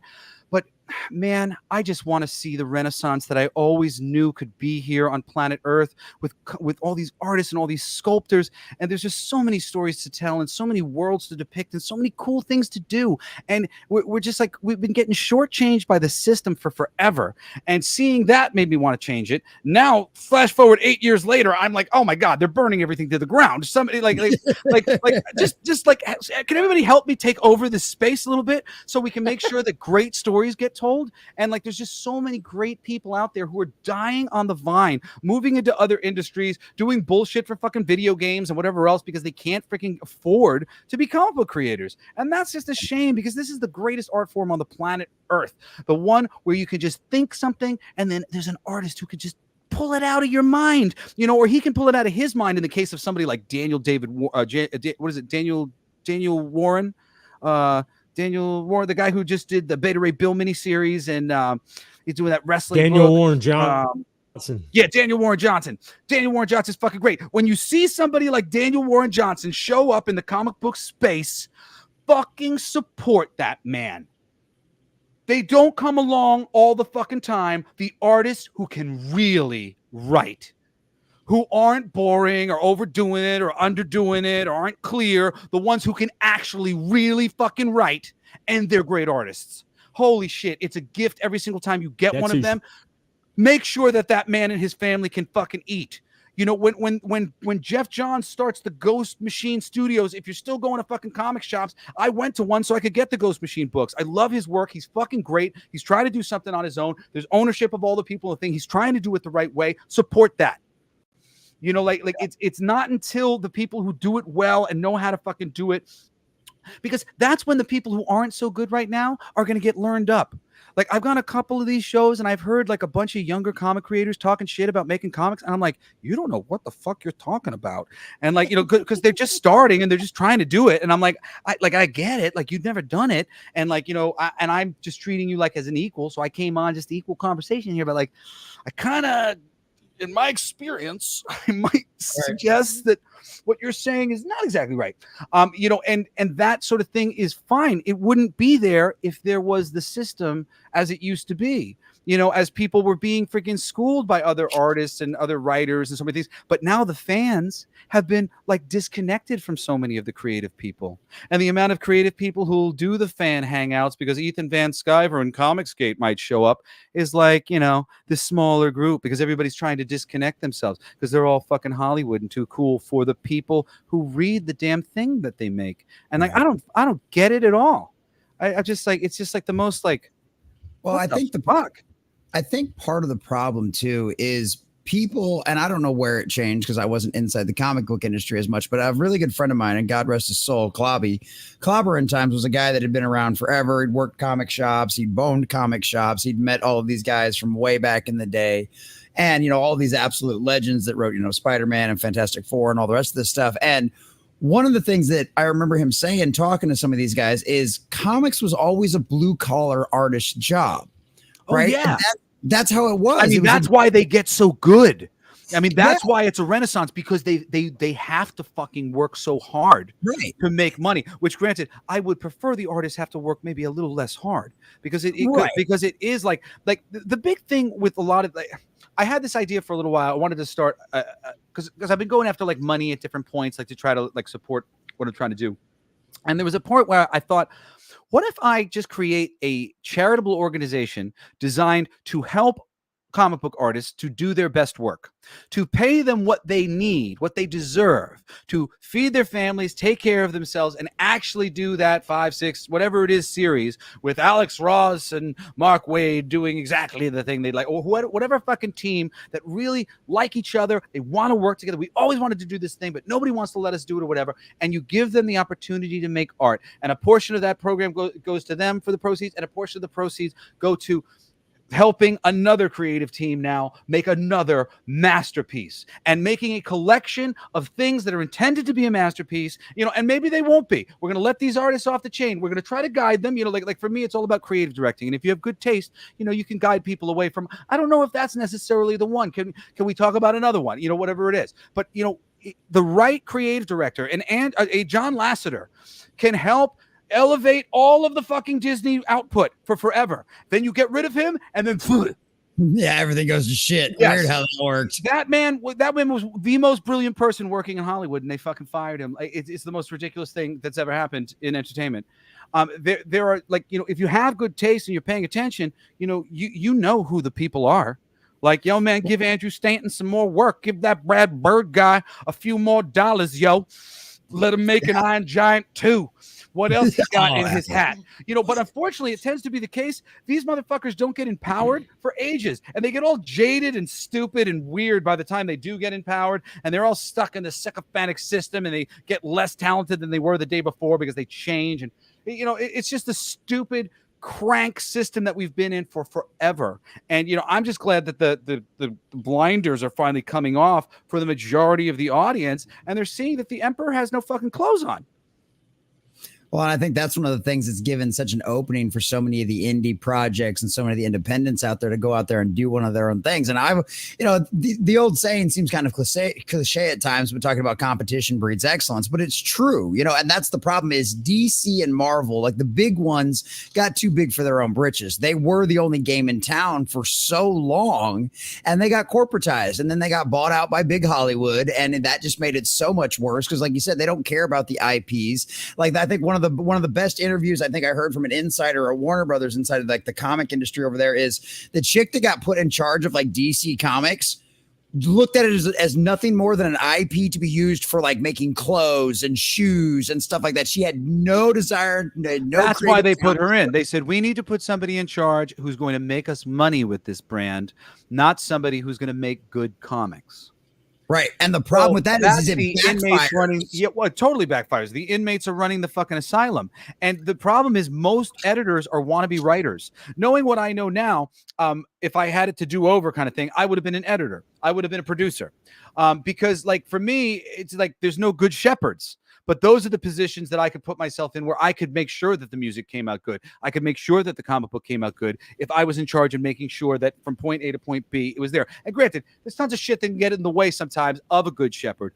But so much of the time, I found that the people just did not quite care enough about the level of quality of the things that they were working on. They were prioritizing sometimes things that are reasonable to prioritize. I'm a maniac. For me, it's always about the level of my artistry. So I will put aside, I got to eat a lunch right now or whatever, and I will get on the phone and I will do the thing that I need to do to make sure that the thing comes out fucking right, as opposed to telling me, I missed the phone call and it got done a little bit wrong. I'm sorry about that. Like, fuck you. I would have had that phone call. That would have got done right. I would have been there for that. They knew when to call me. I was there. I got that shit done. Like for me, it's really, and if it's got done fucked up, I fix that. It's not a question for me on that level, but they are not thinking these ways. They don't really care. Ross Ritchie was very famously quoted as saying, we could do a book with them like farting into a tub or whatever. And as long as we have the name Toy Story on the book, it's going to sell. He was saying that the book wasn't selling better or doing well because of me. Meanwhile, the book had been given out during Free Comic Book Day, and it was a Pixar level story. And I absolutely helped them sell a shitload of books by delivering a killer introductory issue to our story, The Return of Buzz Lightyear, which was super fun. You read our first arc of Toy Story, it's great. That's one of my favorite things that I've ever written. There's a couple things that got fucked up in the reprint. They ended up fucking up this Mr. Potato Head joke, and it seems really weird now. He was supposed to show up as a Buzz Lightyear Mr. Potato Head, and now he shows up just as Mr. Potato Head because they made us take it out because basically they said, we were giving them legal problems about now Hasbro could make a Spud Lightyear. And then as it turned out, they had already made a deal for that anyway. And 3 months later, it came out that oh my God, Spud Lightyear. And they already made us change the book and like all this shit. So, I mean, there's a couple things in it that like you were suck. lining them up for success. Oh, and they still said no. Yeah. Oh my God. That literally like was perfectly inspired thing or whatever, but still that Toy Story thing holds up. Aaron and I are big toy guys. We really love toys. And we made a story all about variants. And if you're like a Ninja Turtles guy or any of these Batman, there are all these different weird ass variants that they were selling us for years and years and years. Basically I pitched Aaron on like, let's lampoon or actually, you know what? I think Aaron, that might have been partially Aaron's idea. I think maybe I had initially pointed to like a variant or two. And then he was like, well, let's do a whole, because me and him had been talking about silly variants. And I was like, yes, let's do a caveman Buzz Lightyear. Because there was a caveman Leonardo that I was mesmerized by this fucking toy. Every time I would look at it, I was just like, this is just amazing that this exists. This fucking caveman mutant turtle with a mask on. He's a caveman with a mask and he's a mutant turtle. There are so many ways in which this is ironic. So our whole Return of Buzz Lightyear thing is just this great play on if you're a toy guy and Buzz Lightyear variants galore and lots of inside jokes to the voiceover actors who are playing the characters and shit, and really, really fun. So if you're a Pixar person, I've spent most of my career writing kids stuff and horror, which is really funny. And I consider them similar, comedy and horror. They're very similar to write, and they're the hardest to write. Hard artists writing comics, and very, very important, you have to utilize the page turn like a motherfucker, or they just don't work really at all. And it has to be about the premise, you know, because you can't do any better than a stupid Archie comic if you're trying to write a funny comic and there's not a funny premise. Right. You just make goofy jokes, you know. It's like there's nothing there. And it does, it doesn't end up working out. Well, going back to like the people being in charge of a lot of this stuff too. I think one of the major problems is because like you're obviously a very passionate person about this medium and about all your art and everything else. And I think that's one of the biggest problems is like you said, like when it comes to like I'm editing my videos and stuff like that, I won't stop to eat. I will just go through and get everything done and just keep on working to make sure it's done. Right. Yeah. I have to finish this stuff. I have to get it done. Right. Or like I've got the muse going right now. Let's get this done. You know, and it's one of those things is these people don't have any passion for them. It's just a job for them. And I think that's one of the things when a stepping stone for a lot of them. Worse than a job. So worse than a job. It's a job they're looking to leave as soon as possible. Yeah. And that's I think the problem. People stop looking at the comic book industry as a blue collar job to get into because you have a passion for the medium. They got into it because they saw it as this prestige, this stepping point, this launching point to get that. I'm like, I cannot tell you, like, this is one of the biggest criticisms I've heard from like people inside the industry is these guys that are getting in there and writing these comic books now where their only goal is to sell it to Netflix to get a live action or a movie deal. You know, that's the only reason they'll write these books. And it's like, that's what you see now. These are the people that are in charge of a lot of these major industries. You know what? I forgive that on some level because anything great, you can't help but think, imagine this looked really real. You know, like, you know? So I think there's a part of every single person who's ever read a fucking book that was really interesting that just went, God, I wish somebody would try to make this real. You know, I mean, because like I love the Muppets. I love movies. You know, like I don't really prefer that industry, and that's not really my thing.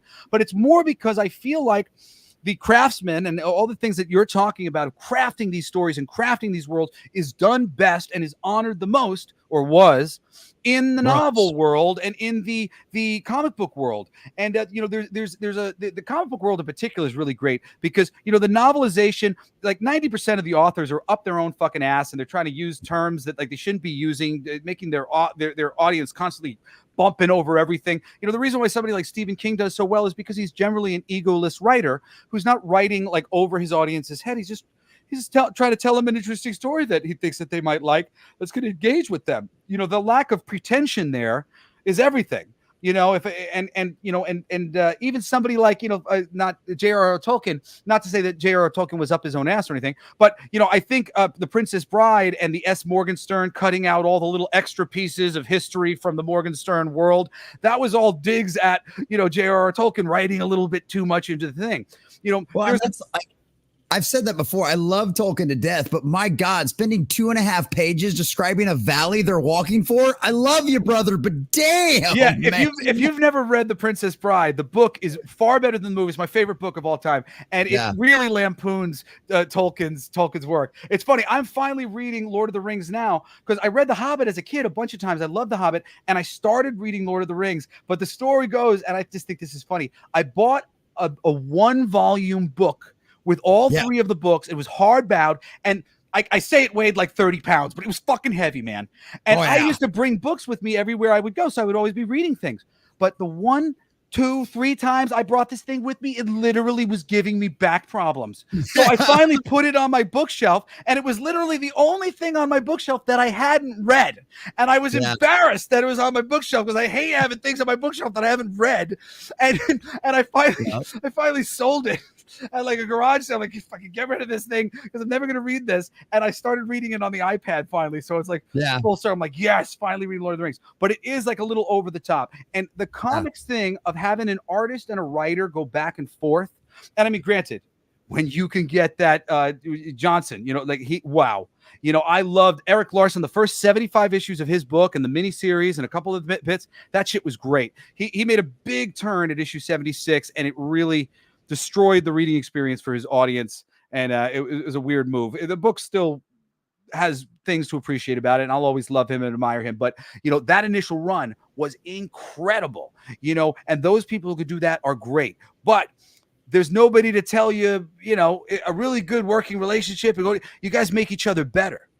And like I couldn't believe it when I got the artwork for Marco Cicchetto's art on my Deadpool my Deadpool short in the Marvel Comics Presents. It was his first work and it was my first work, and I'd never seen his work before. And when I saw it, it was like this kind of dope G.I. Joe thing that was like really grounded and serious. And I had written kind of such a silly story that I hadn't really imagined that. I imagined a little bit more of like an Ed McGuinness or a Pete Wood or something like that. And when I saw what he did, at first I was like, I hate it. And then I started reading it and I went, I love it. And I was like a page or two in and I was like, oh my God, this is like so much better. I'm so glad he did this. Like I never would have thought to do this. I was shortchanging this. Like he made it more credible and more fucking like legit than it even was. Like it was a really great legit Deadpool story, but it was a little forgettable because of how like frivolous it was on some levels, because I was trying to just punch it up with real fun moments for 8 pages. But he grounded it in a heartbeat with his artwork. So like, you know, an immediate first lesson of working in comics, I was like, wow, you know, got to be open to what your artists bring to the table. You know, sometimes though you have people that, you know, work with you though, and like they don't really care about the project, or they're getting rushed on the project. Like my buddy, my buddy Aaron and I, you know, we still really good friends with Nate Watson, who is the artist on Toy Story.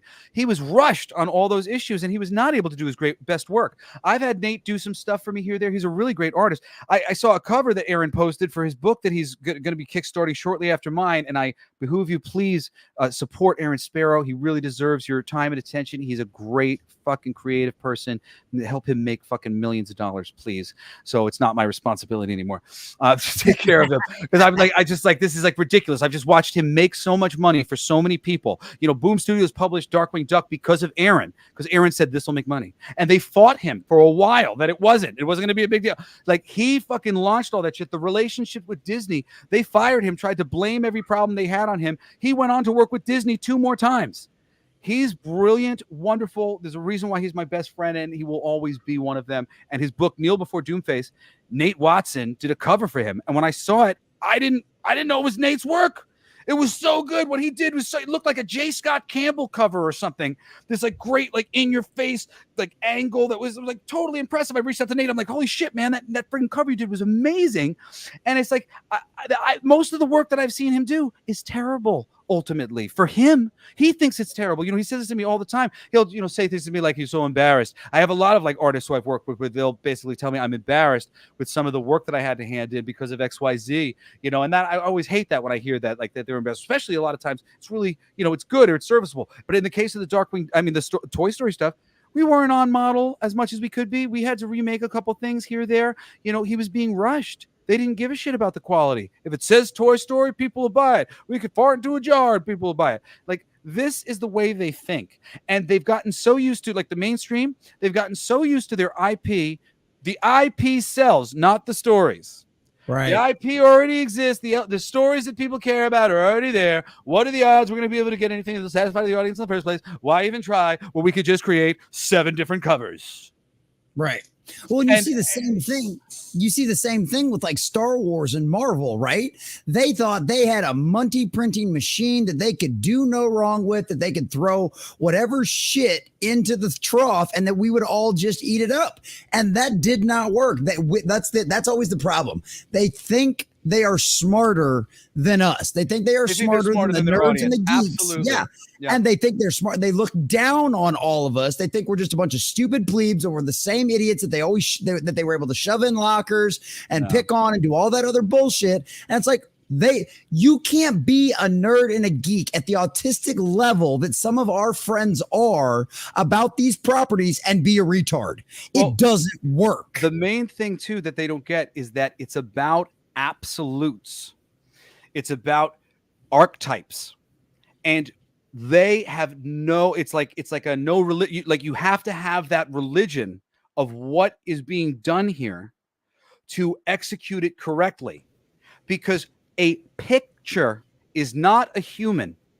It is not this nuanced world of romance and dirty shit that you see in Requiem for a Dream or trying to paint some picture of the world.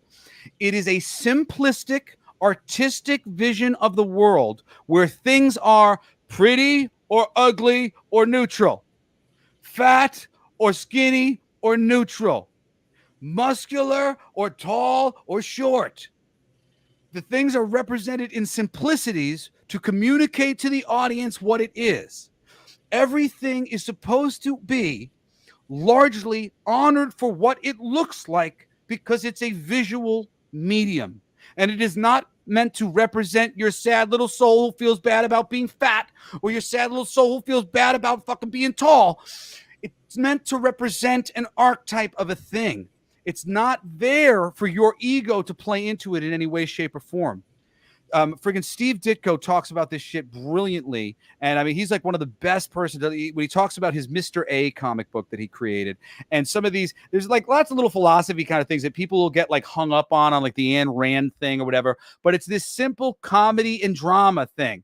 You know, everything's tragedy or comedy. You know, horror and comedy go hand in hand because it's either, oh my God, that's not funny, but it's about shocking, surprising, or things just making sense in that wry way. You know, oh, that just makes sense. He would show up there, he's gonna kill her again. You know, like that just makes sense. That wry, comedy and horror, they're the ones, and everything else is kind of a little bit like just in between those genres. You know, not quite horrific enough because the action only goes so far. You know, not quite funny enough because the premise isn't wry and interesting enough. You know, pretty much anything can be funny if your premise is skewing reality in a way that changes what we're talking about enough that we can learn anything. You know, if you could just make a little tweak that now we can learn something. Like, you know what's a good example too of this? The Thing, John Carpenter's The Thing. That's a movie about mistrust. People not trusting one another. It literally ends with the two guys, just you might be an alien, I might be an alien. What did they do? They took a science fiction premise that would bring out an exaggerated form of mistrust that we see in society all the time amongst people at work. You're talking shit about me. We got a sports team, you know, like shit like that happens all the time. But instead, a great story takes something that exists in our reality and gives us a circumstance that allows us to see it in all sorts of new ways and bring its ugliness or its beauty to light. You know, and that's art, you know, helping people to see the beauty or helping them to see the ugliness, really. Yeah. I mean, it helps you. I guess that's a great way to look at it too, because you talked about the archetypes, and it's like there are archetypes you see in comics at the time, and there are idealized versions of what we want to be, right? Especially when you're talking about like the good guys. They're like you wish, you know, Superman's at a level like his, you know, when he's written properly, his honor and his integrity and the core things that make Superman who he is an ideology and ideals that you can look up to. You know, the old truth, justice, and the American way, you kind of knew what that was. And even if you're from a foreign country, you still understood the concept of it. You understood the concepts of truth and justice and that kind of morality. And it's this ideal that you're supposed to be able to live up to for certain heroes. And you can deconstruct that if you want and kind of play with it as a storyteller. But at the end of the day, you still have to have those core principles of who that character is. And if you destroy that, you just destroy the whole thing. And it ends up falling apart. It just doesn't work whatsoever because they interject themselves into it.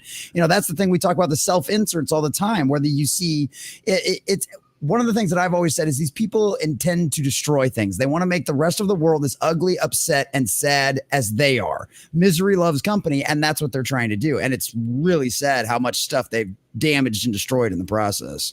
You know, there's a cool thing that I like to do. I when I teach the Universal Laws class, I'll break it down with Batman, with archetypes, and show how all of the best Batman villains and supporting characters are all playing a really different role, but are essentially making a very specific play against him.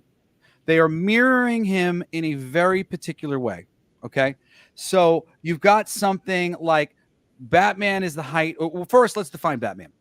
Batman is ultimately the height of human conditioning of the mind and body. Anything that is possible for a man to do, Batman can do. That is the archetype that he is. And that's what you're supposed to honor. Unless you're writing a year one story, anything is possible that Batman can do, you should be. And year one, year two, year three, I was trying to write some earlier day stuff. And like that, those stories are cool sometimes. But when you're really talking about what the Batman archetype is in the DC universe, that's what he is. anything that the guy could do. He's of the mind and of the body. Okay, so let's say on one side, you've got the Joker, mindless. Somebody who's really mindful. He's thinking about everything. This guy's not thinking about shit. On the other side, we've got a body built to the thing naturally. On the other side, we've got Bane. He's built his body unnaturally. He's been augmented in all these ways. But he does have that, that cognitive thing, right? You go across the way to a character in, let's say, the center of things, and you find Harvey Dent on, at the edge of a thing. It's weird. You'd have to make a thing, but somewhere on this map, right? Harvey Dent, a villain who was once Batman's friend, a friend who has become a villain.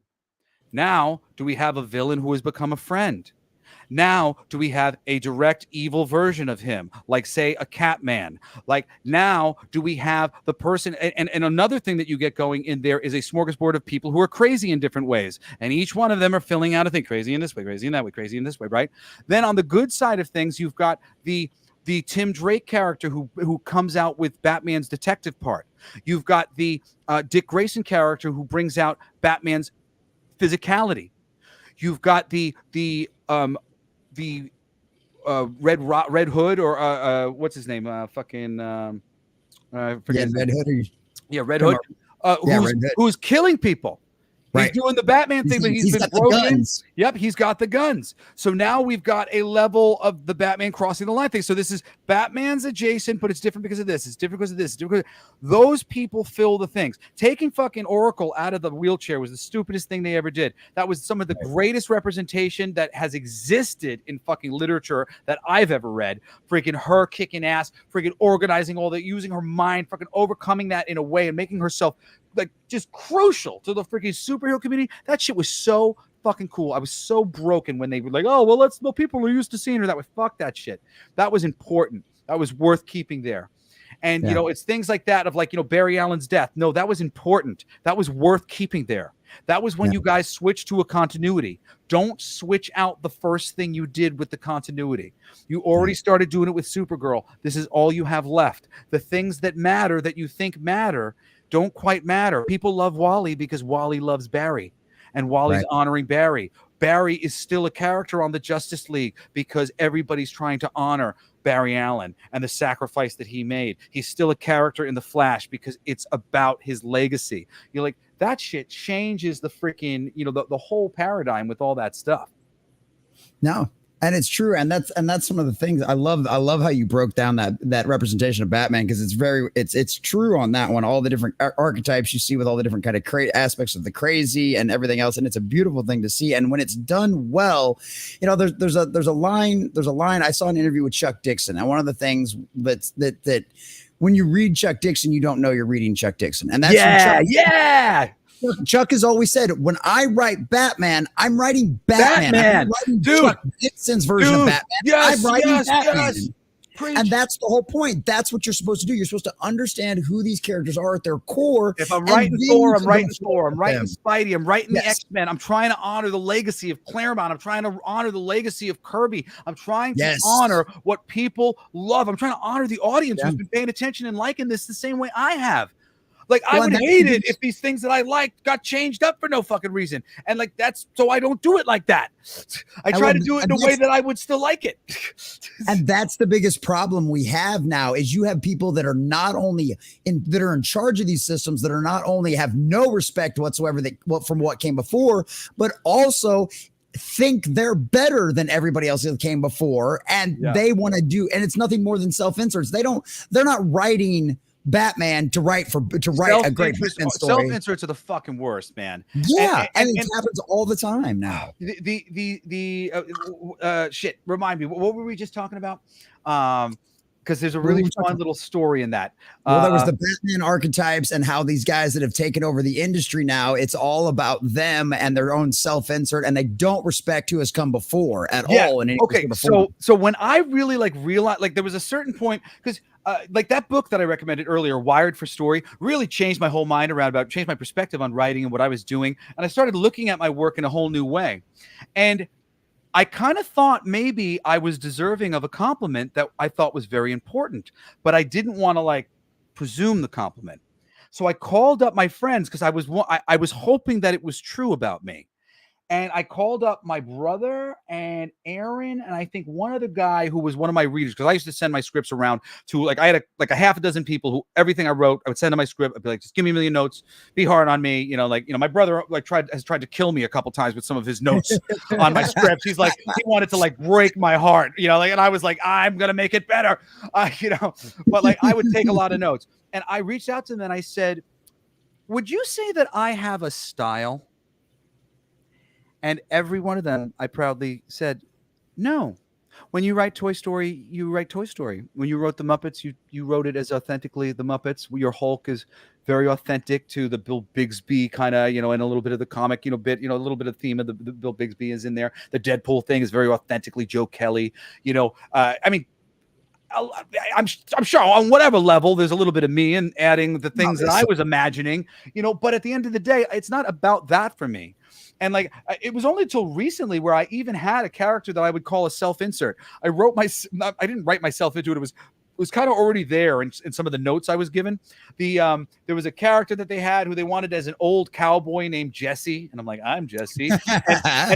and my dad had named us all after cowboys. I'm Jesse, my brother Shane, my other brother Cody, my sister Cheyenne, and there was the Winchester's assassin thing. And I needed to create groups. I needed big groups of people. So I was like, oh, you know what? It would help me to just kind of base this a little loosely on my family, because then I'll get a bunch of people and I have a couple dynamics, that I can like play on, and it'll give me a little bit of a blueprint for this thing. But I mean, he's a character amongst fucking 16 characters. And I need a little bit of something inspiration for this or whatever. And it made sense to the thing that I was doing. It was sort of helpful to the process as opposed to pinning the process down to me. It wasn't pinning the process down to me at all. It was just kind of helping me to more easily kind of access a couple ways that the father-son dynamic might go, the brother-son, two brother dynamic might go, things like that. Well, because you write from what you know, and that's your own personal family experience. And if you're going to have to write a story about a family dynamic to some degree, then you're going to have to write from your own family's experience. Because guess what? That's the family you grew up with. And they're Southern. I'm not Southern. They're not headbangers. They're a bunch of fucking country boys shooting guns and stuff. Like, it's not really a self-insert. The self-inserts that are going on now are like, she dresses like me. She's got my haircut, same skin tone, went to the same fucking high school as me. I'm like, Jesus Christ, guys, what's going on here? The I am not Firestarter, or I am not a Starfire. The I am not Starfire book. Like, the fucking character from that is literally a direct self-insert from the fuck. I mean, they look identical. Dude, they literally look the same. When it gets to that level, it's like, it just becomes like how are they not laughing about this? Because when you see it, you blast. I mean, there's been a couple things recently where I've just been like, oh my fucking God. Like, it's become an absurdist farce because they are doing it on purpose. So it's not going to stop anytime soon. They're going to beat this shit into the ground. They're going to throw us a couple bones like Deadpool and Wolverine, and it's just going to keep coming. The reason why they've slowed down movies like the Marvel movies output is to just slow down the bleeding, so that they can be a part of the culture and affect the culture and annoy the culture just a little bit longer as they figure out how to just squeak by and continue to pervert the culture in the very specific way that triggers all the fucking Catholics, hoping that one day they might incite a civil war by hiring people to fucking do it if they have to.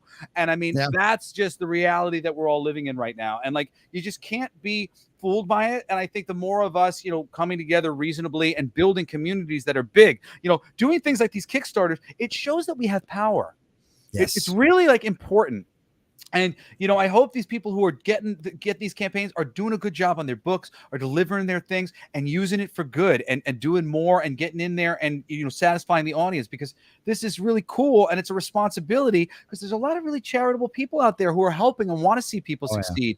And I think there's a lot of people who have really let them down in various ways, just not helping the conversation move anywhere that would be really beneficial to the community. And I just want to see us move to a place where everybody can quietly, without having to make big apologies to each other, just start to fucking hang out again. And like, let's chill out, man. And let's enjoy some good stuff. And let's just acknowledge greatness when we see it. And, try not to imagine, well, he's friends with this guy. And that's like, you don't have to hate everybody because they're associations and it's cool. I hate that shit so much because like I stay out of that. I stay out of all that drama as much as I can. Me I don't too. cover it. I don't report on it. And I trust you. I normally make videos over fucking everything, but I don't do fucking drama. All right. You want drama? There's a literal channel called Drama Alert. You can go watch shit. And go watch tonight. Yeah, watch that shit, right? Like I don't want nothing to do with that stuff because here's always been my biggest thing. We have bigger dragons to slay. Okay, there are bigger monsters out there. We still have DC and Marvel we have to take down. How about plastic in our sperm and pollution in our oceans and our air? It's like there are bigger things to deal with. And you're sad about me not learning your new Zimmy Zhao thing? And hold on a second, because I need to say, I don't like to talk about this because I think it's stupid, but I'm non-binary. I'm a dude who never really felt like a dude. I had to kind of like teach myself to kind of be a dude, even though like I was attracted to boy properties and stuff like that. But I like kind of masculine, like not pretty, but masculine women who are tough. They got tough energy. They're not scared of bugs. Those are the type of girls I like. And I'm a little like soft when I'm at my house and whatever. You see me walking around the world, I puff my chest out, whatever, keep everybody in line. But, if I'm safe with you, then, I'll relax my shoulders and I'll be like, all right, let's have a nice time. But like, that's my nature. And, everybody is a little bit, misguided on this whole idea of let's label every sexual orientation. Guys, there is an infinite number of orientation. That Batman wheel of villains and friends can go on forever. I can just keep filling it up with interesting things. This guy's a detective, but he's evil. His name's the Riddler. It's fucking simple shit that's actually going on in front of you. And that, and even something as simple as like the X-Men and the simple dynamics that were created simply by casting them from all these different countries. Not that they're DEI initiatives in America, but they actually come from these places. And these places have raised them in a different way, like what Kamet from the fucking the dude who's been in all the war-torn countries and he's the freaking fighter. He's a great fucking fighter, and he's always saying, he's like, you guys are from the street, you guys think you're tough. I come from a war-torn nation. There are just different perspectives. There's a million of them. It just keeps going all around, and if we start naming them all, we're gonna be here all fucking day, for one. and two, right, yes. and two, tell me how this shit lines up, because I agree with them about this. To simplify it down to they, them would be great. We don't need the extra words. That is correct. There are extra extraneous words that we had to teach Native American tribes that I think are bad for us. It's bad for us to be using all of these different words that divide us up and stop us from knowing that we're all beings, we're all humans, we're all one. So that's not a bad idea. So how do you say, let's make it all they, them, and then also say, and let's also make a list of 1,000 new ones to learn? And I mean, like, the fucking list just keeps going on. Because this is what I've said. I've said this countless times in my videos, and my audience knows they've heard this from me until I'll turn blue in the face. It's never, ever been about what they say it's about. It's never been about diversity. It's never been about equity. It's never been about inclusion. It's never been about representation. It's about one thing, and two things, and two things only: power and control. That's all it ever has and been. Dividing. They are literally, everything is going on. Everybody together. Yep. Yeah, they claim they want to bring everybody together, yet they divide everybody down the lines. There is no bringing anybody together. They're calling for people to take away other people's free will, to take away other people's rights. And for me, I will throw myself in front of all the fucking bullets. I know I will survive. I will not let you do it to anybody. I don't care what you think their freaking crazy ideology is. I don't care if you think they're Nazis. I don't care, whatever. Because one, people aren't good fucking judges of character. People are distrustful. So many fucking things. And if you dig deeply into something like white supremacy, black supremacy, religious supremacy, all of those people believe the exact same thing, that there is a system of power in place that is trying to stop them from living the way that they would like to live. And if these people were simply comparing notes, they wouldn't be like, oh, it's not the white people that I don't like. It's the system of these really rich white people at the top who are fucking us all. We're all being fucked by the same system. These Catholics are being fucked by the same people. Those Nazis think that they're fighting the same thing. Well, and it's funny that you say that too, because that's one of the things is that's why the division is the point, right? Because it's easier to call if the Star Wars fans that are pissed off about the really bad storytelling and to a certain degree some of the intentional representation for representation's sake and not for the storytelling purposes, and the people that are like, well, I'm black or I'm gay or I'm this or I'm non-binary or I'm this or I'm that, so I have to stay on their side because these stories represent me. If you all would just stop paying attention to those bullshit deflecting points and those bullshit marketing points about, well, if they don't like it, it's because they're a racist or they're a homophobe. If you would stop listening to that shit and just look at the story objectively, you go, yeah, this is shit. They're just trying to cover up the shit with all of these. They're doing such a disservice against legitimate criticism. They're Dude, using Jesse, I'm like so fucking with you, man. Doctor Who right now is offering it is offering the worst possible representation to the gay community. They are waving their fucking flamboyant dicks in an audience that is kind of old and kind of old-fashioned, and this isn't a way to warm yourself to the group. This is not the gay community wants to be not harassed. Waving your dick in the faces of the people who are maybe uncomfortable in this way is just causing unrest that need not be there in the first place. It is all wrong for the tone of the show. The tone has been destroyed. And it is just like they literally, it's just a steaming pile of dog shit, what they have done there. And it is terrible for the culture. And it's actually bad for the friggin' people, who are supposed to be being represented positively. Hey, my son, I'm doing a cast. Oh, it's the son. No, I love you. Is it anything important? Oh yeah, he shoved dirty socks. Oh, he hung up on me before I could hear. He was glad I wasn't available. He was like, "Oh, great, you don't have to hear about the dirty socks." That's great. I love that. Yeah, but I like people like some of the guys out there, because I've got, like, when you talk about like keeping people, like, believing in people and like trying to keep these supporters, these creatives and stuff like alive. Like, I literally only am able to do this as a full-time job because of my people in the chat. And it's so funny because like I've got the kids here because I work from home. I'm literally out in my garage. And so my kids are at home during summer. And so like you'll see the toddler come out here and wander and she'll be like, hi, and then she walks back. I'm like, yeah, Daddy's working. Go. And like, yeah, so I love that kind of shit. I have no idea what we were saying. I had a good point about something and I got completely derailed. That's why children are such a it was thing. It was probably about fucking Doctor Who. Oh yeah, well, they have the Doctor Who thing, but it's like they're literally trying to cause the division just so the fans have to fight. But yeah, the Doctor Who shit, like that first Disney Who Doctor episode, that supposed 60th anniversary special, you could not have deconstructed David Tennant's character as the Doctor. I mean, it's literally, well, that you'd understand if you were still a woman, you'd be able to handle all of this crazy stuff inside. I'm not even a Doctor Who fan. I'm just casually, I'm aware of it. I've seen an episode here, there, whatever. I'm just like, what have you done to their thing? Yeah, it's so fucking bad. It's so fucking bad. I got a couple of super chats I got to get to real quick because Jason landed one earlier. I got to get to this real quick. Jason for $2 says, vote with your dollar. Go Indy. Thank you, Jason, for that $2. Buy fucking for our future, Jason. That's right. Buy fuck for our future, ladies and gentlemen. The link is in the description down below. And then we've got one more over here because Anvac, aka Grim, where is that one? Comes in for $10. Says no clue what's going on. Just here to steal Jesse's hat. Thank you, Grim. Good to see you, Anvac. Oh. Yeah, it's really just terrible. I feel like I've said it to a couple times to different people that I understand very well what's going on in politics because it happened to geek culture first. Right.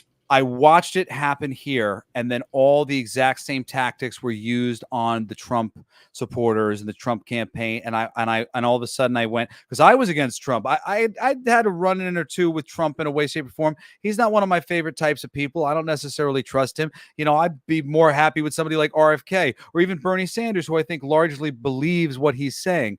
I'll take anybody who is honest, who is trying to make the world better in whatever way they can. I don't think that we can become a communist utopia overnight because Bernie Sanders gets put into office, but I do think maybe some of the little guys might get looked at in more reasonable and intelligent ways because he seems like a smart guy. You know, RFK seems like a smart guy to me.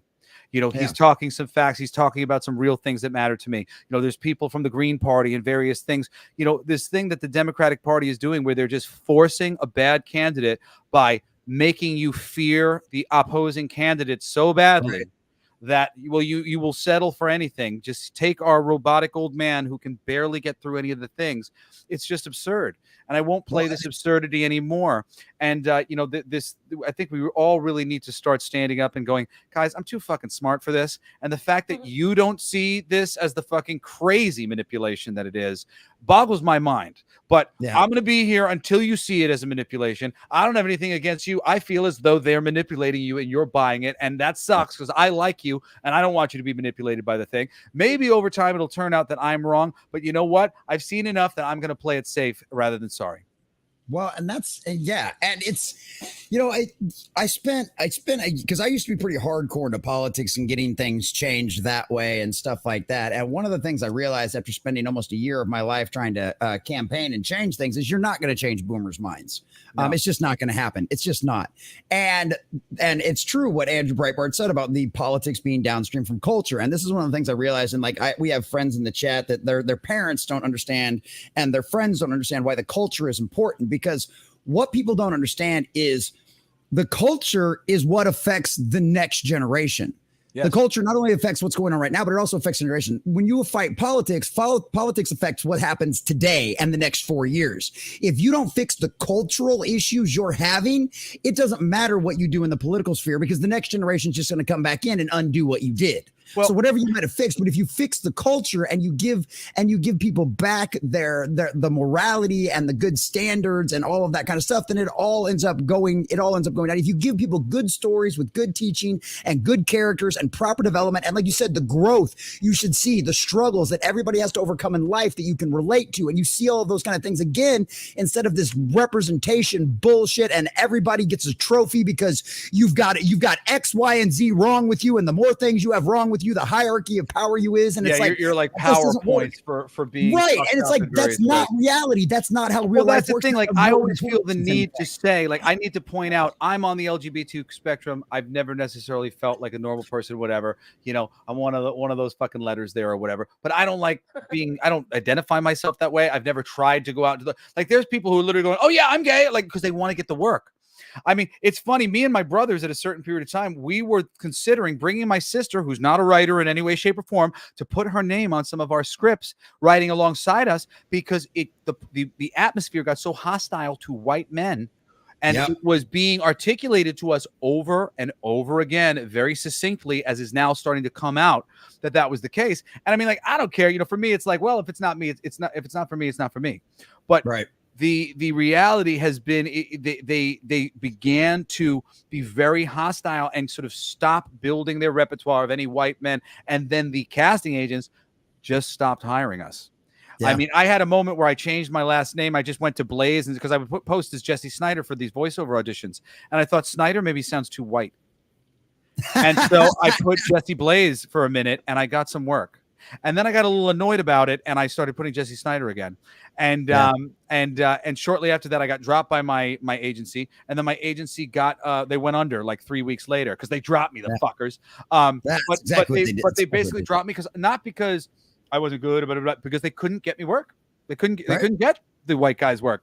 You know, it's like what are they going to do with people who they can't get hired? And so I grew up, like, I was essentially raised in the 90s, right? And I grew up in this family. I am like the epitome of like my family's like the epitome of like Martin Luther King's dream, right? Like, I'm half Mexican, my little sister's half black, my little brother's a quarter Korean, my other little sister's like 100% Wisconsin, right? Okay, we're literally like the United Nations, okay?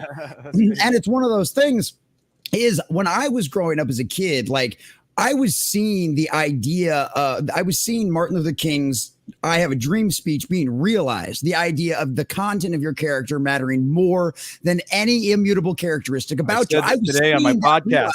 Content to your character. I was seeing that realized in my lifetime, and I was seeing it all happen.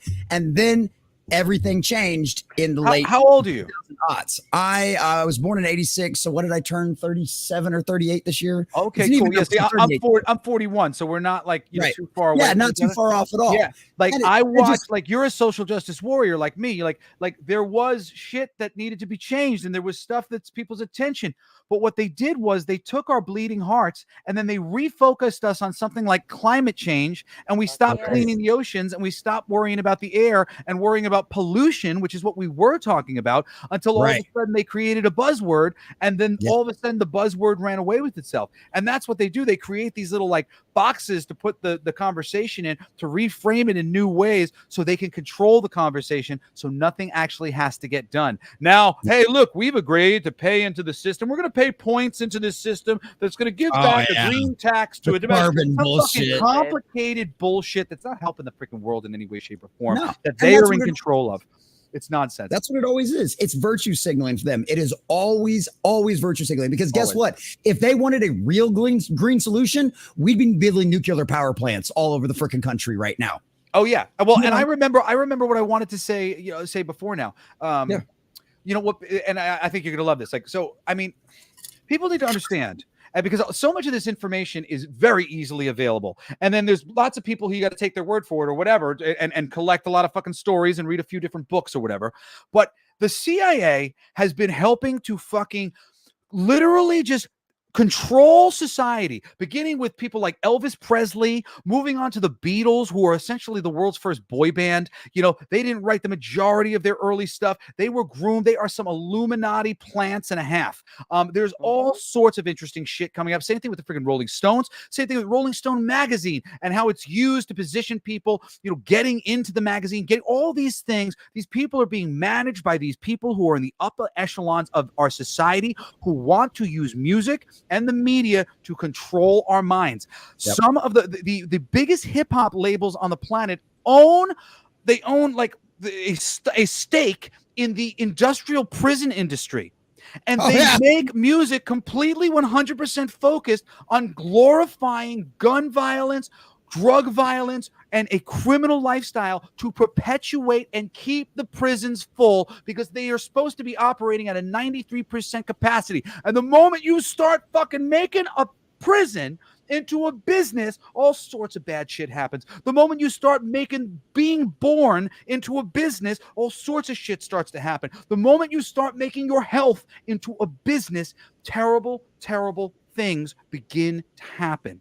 And just I read enough books before they started making it harder to get the fucking information, that when all this shit started happening with COVID and whatnot, I was like, are you fucking kidding me? I'm not getting that jab. Are you out of your mind? I have read so many books on medicine and what they fucking do, all the stupid, insidious shit that they've done, all the people they're killing with their nonsense, and this shit hasn't even been fucking tested, and it's an RNA vaccine? It's gonna fuck with my DNA? What the fuck, you guys? Like, I'm not your guinea pig. Are you? I mean, out of your minds. It blew my fucking mind what that shit came down to, because I was a chief steward for my union. Yeah, I was a chief steward for my union, but I've always been pretty libertarian with a lot of my thinking and stuff like that, right? So they all thought because I didn't vote for Democrats hardcore like they did, they thought I was a big Trump guy or whatever, right? Some sycophant or something. And it was so funny when Trump was the one out there championing the vaccine. They were all like, "Oh, you're gonna get the Trump vaccine?" Da, da, da, da. I'm like, "Fuck no, I'm not." No, I was in the military. Make that thing. No, I was in the military. You have any idea how much shit they stuck me with that I have no fucking idea what it was? I have friends in the military who have got all these fucking drugs. They go to the fucking VA and they give them all sorts of archaic drugs. They did fucking electroshock treatment on my buddy Brian Burns. And I said, they did what? He's like, it was recent. Like, it was like 8 years ago or something like that. They did electroshock treatment because nothing was working on him, because he was like magical and he's seeing things. He was seeing all sorts of shit. And they're basically like, you're crazy. They're putting on all these crazy drugs. And I'm telling him, I'm like, Brian, stop telling them what you're really seeing. Stop telling them. Like, he's literally, he's got his eyes closed and he can see. I'm testing him. I'm like, oh yeah, shut your eyes. I'm like, put things. He's like, I can see. I'm like, this is fucking crazy. This motherfucker. But he's been having these crazy spirits, and he goes to them, and then they just keep throwing drugs at him, and they finally started electroshock treatment. And I think that he was an MK Ultra patient who they broke him. They broke him. They had him. I think that he was raped in the military by his own men. And Jesus. I feel as though that's how you MK Ultra people. You break them down. And I think that they broke him down because he was a good-natured person, but he's so good-natured and so sweet, so loving that I think they snapped him in half. And that's kind of why the universe sent him to me, because he was going through really crazy stuff that most people would just have told him he was crazy. And I was having enough kind of similar experiences that I was like, ooh, I love your tinfoil hat. You know, But I was having enough this is similar going down a path. experiences that I helped him, that I was like able to kind of like help him and encourage him and guide him, you know, away from things, you know, like, because he was hearing things and really dealing with a lot of stuff, and having to teach him about really the type of reality that he's living in and what's possible, and, you know, what you need to be aware of in order to navigate the world when you're a truly sensitive person. Because most really, really, really open and sensitive people on planet Earth, they just get sent to insane asylums, and they diagnose them with sort of descriptions of what's wrong with them, like they're schizophrenia, that are completely incorrect. You know, the people who have multiple personalities and their eye colors are changing, you know, if physical change them, is because they are such a meek soul that they're allowing other spirits in the universe to push them out of the way and drive their bodies. Like, you have to understand, though, that what came first, the chicken or the egg? The idea for both. And like, they don't want you, like, you know, if you're a smart geek, you're somebody who reads and you're not afraid of information, go read everything written by Hermes Hermagistrate, the thrice great. The Hermetic principles will tell you everything you need to know about the truth of the reality that you are living in, which is a giant mind. It's a hologram, and it's essentially a reflection of you. And the way that reflection goes is, if you're looking in your reflection and you're not smiling and you want a smile on your face, do you crack open the mirror, climb inside, and force a smile onto the face of the reflection? Or do you simply smile where you are and change the reality in the reflection? This is the ancient knowledge to change everybody's life. It's about changing how you feel, knowing that everything that you need is possible for you, and really viscerally having faith in these things. A lot of these teachings have been so obstruct to make you sycophant to a big God, and Jesus is the only way to get it and stuff. The kingdom of heaven is just a giant mind, and it's in you. Everything that's possible is in you, and you can pull it out of yourself by believing in it. A rain dance is a celebration of gratitude for what you've been given before you get it. Amazing. Thank you, God. We got the rain that we needed. I see my family fed. I see us happy. I see the crops grown. We can eat for weeks and weeks and weeks. Life is good. Thank you. That's a rain dance. It's funny that you say that too, because there's actually specific lines in the Old Testament that say the exact same thing. It's all about the faith, and it's about the fact that, like, you thank God for what you already have, and you know, and it's funny that it's funny that so much of that stuff overlaps with a lot of those kind of things. It's like I said, I was an atheist, by the way, for 29 years. I only became open to everything, and then I mean, now I'm really a student of every ancient knowledge, and I try to take them all, you know, to a certain degree and whatever else, and you know, take what works for me. But you know, the first time I did mushrooms, I was straight edge. I didn't do drugs my whole life, and Steve Jobs said that if not for an LSD trip in college, he would never have invented Apple computers. And he was one of my idols. I really liked the way he thought. I saw something in the way he went about what he was doing that I admired. And I read his biography, and I know that Bill Gates is one of the worst human beings who's ever been born. Yep. And and I've known that for years. So when all of a sudden they came along and said, Bill Gates, the philanthropist, I'm like, you mean Bill Gates, the complete asshole who does everything completely self-serving, only ever, the fucking complete piece of garbage, that Bill Gates? So like these sorts of Bill Gates derailed me. Where was I going with this? Mushrooms. Yeah, mushrooms. So I studied I read about mushrooms for a couple months, and I read about the LSD first, but mushrooms kept coming up, and I liked the mushroom idea because it was natural. And Yep. I did them by myself, very much sort of meditationally. To this day I do mushrooms regularly. I mean, regularly enough when I feel like it's a good time to do them, and I have things on my mind that I want to think about and process, because there's a real good energy changing Yep. sort of thing, and it can help you when you're Well, they've got coming out of a depression or a sad moment in time, to sort of like get you back on your feet and like feel energized a little bit. Your body uses psilocybin as an extra neurotransmitter. Yeah, exactly. It connects your left and right hemispheres. So you get this perspective on yourself and perspective on everything. The first thing I said was, oh my God, I'm so grateful for this experience. I've never been so open to feel good. I've never been connected to my gratitude. So happy for my parents who, over the years, I had collected a couple things that I was aggravated about them that had like felt really big. And then all of a sudden those things felt really small. And I was like, oh my God, like I love them. They're the greatest. There's a couple things I'm annoyed about. No big deal. Right. And like, and the oneness that I felt like through all, I was just like, oh my God, there is more going on here.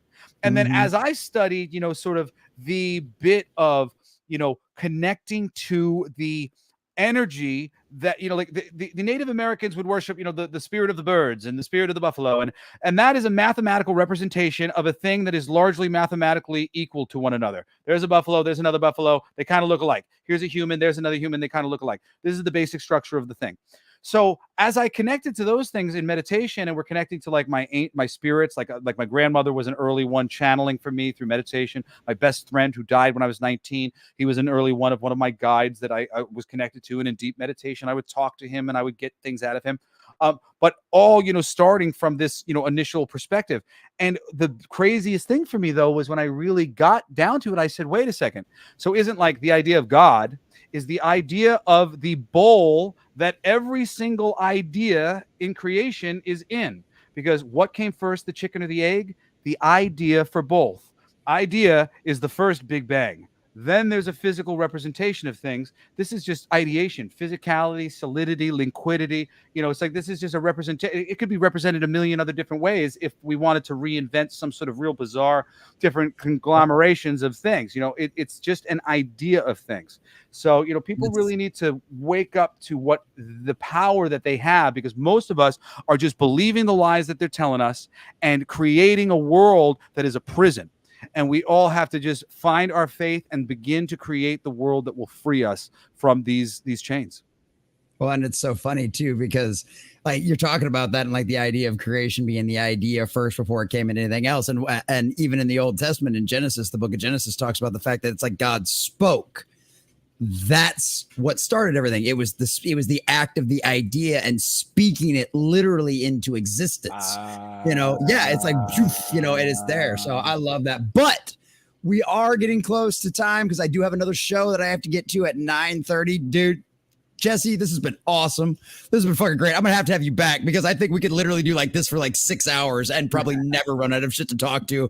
And I fucking love that. I absolutely love that. This is such a blast. But we do, ladies and gentlemen, we have a lot of our favorite little guys out there that have been working very hard, collecting memes for us and finding all those things out. And as always, even though we haven't talked about anything like crazy or depressing as far as like what's going into pop culture too much, I think we've had actually a pretty positive conversation about everything, and it gives us the power is yours. That's right. And knowing is half the battle, ladies and gentlemen. So, speaking of knowing is half the battle, boys and girls, ladies and gentlemen, cover your ears, because it is time for some meme.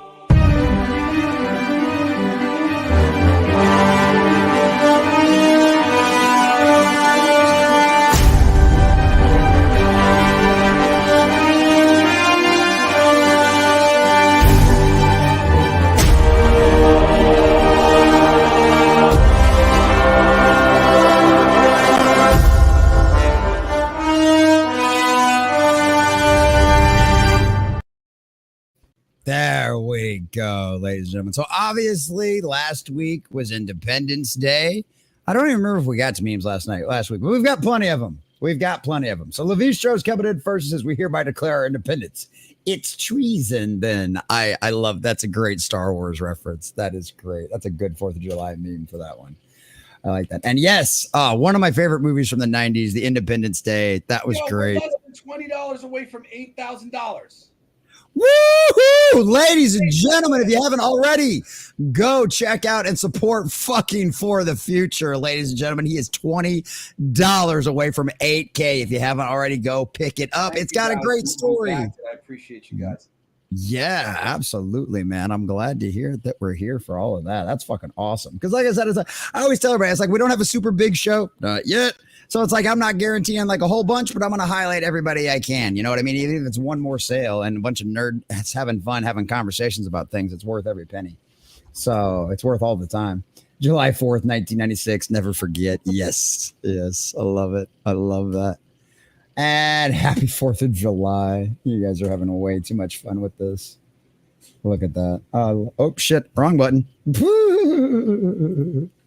I love it. I love it. There you go. There you go. Some nice female appreciation.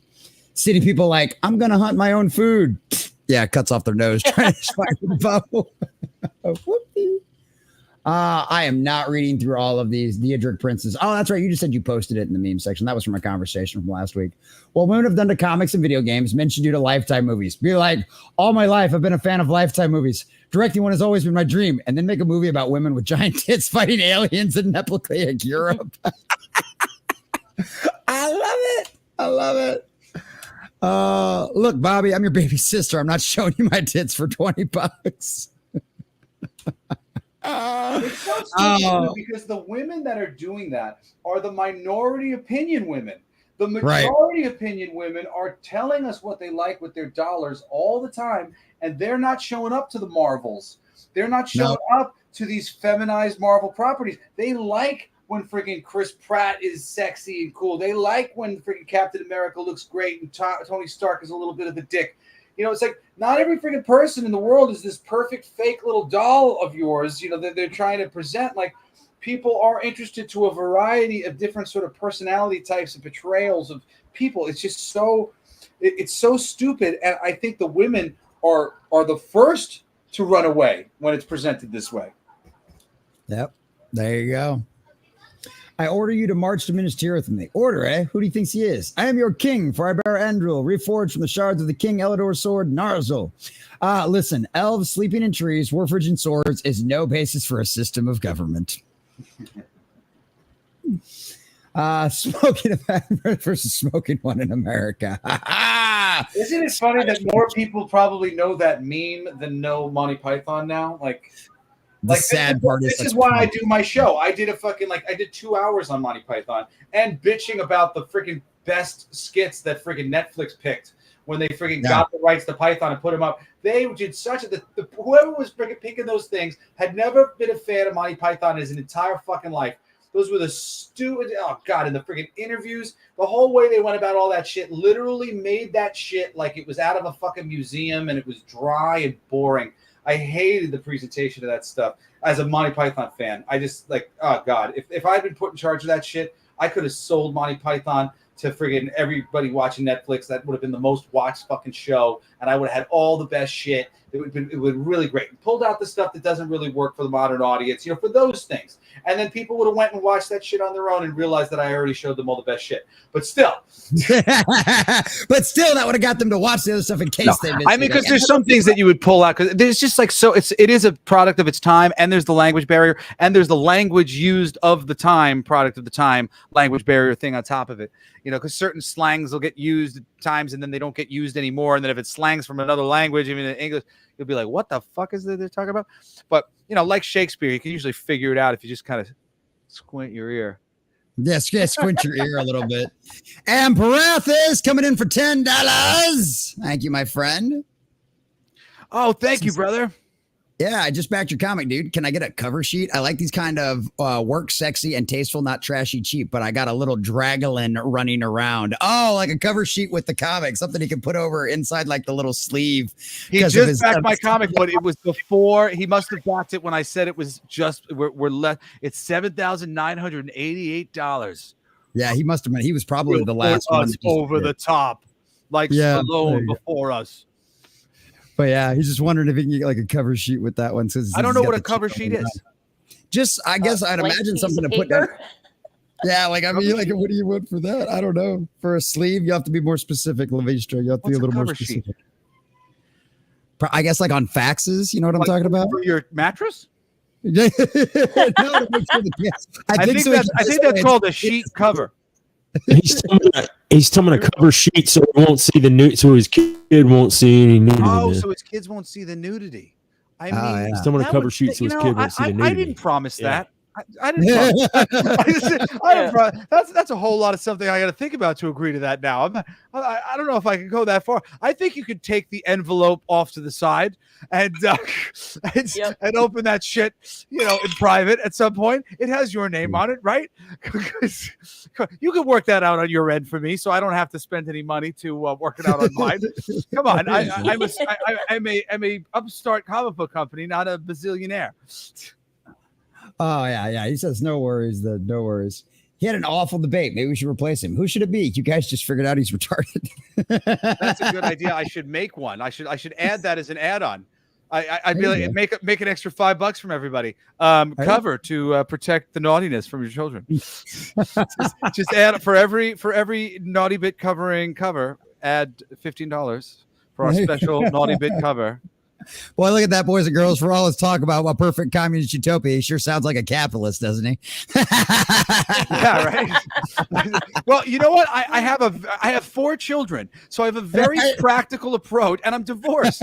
So I have to take care of my my ex-wife and my babies, and I need to be able to. I need to make so much money that I can get a foundation. Like I need to stop thinking about where the money's going to come next, because at that point, I can just start thinking about how great the things I'm going to make are, and everything will be in place as things go forward beyond that. But until I get to any place where I can just stop thinking about hustling so much to make sure that the money is there, I can't make as much. I can't make it as fast. And really, this is what everybody's dealing with. And this is why it moves so slowly, and so many people are dealing with the same stuff. I did an hour on my show today just saying the best thing people who really love this shit can do is just really support people. When you see somebody who you dig, fucking follow them. Sign up for the notifications thing so whenever they post, you see them, because they hold back our posts when we're selling a book or whatever else. But if we're making something that you want, get on our mailing list or whatever it might be. Really help. When I go on Twitter now, I don't just look at the fucking feed that they show me. I will go specifically to like Nerdrotic or Doomcock, some channels that I like, whatever, and I'll share links to videos that I already watched. Things that I like myself, people that I care about. There's a dude named JD who's like this ex-con who talks about all this, like, just like from a prisoner's perspective, and just the honor that exists within the prison system against child molesters and things like that is amazing. So I'm sorry, I have to comment on this meme because I saw Watership.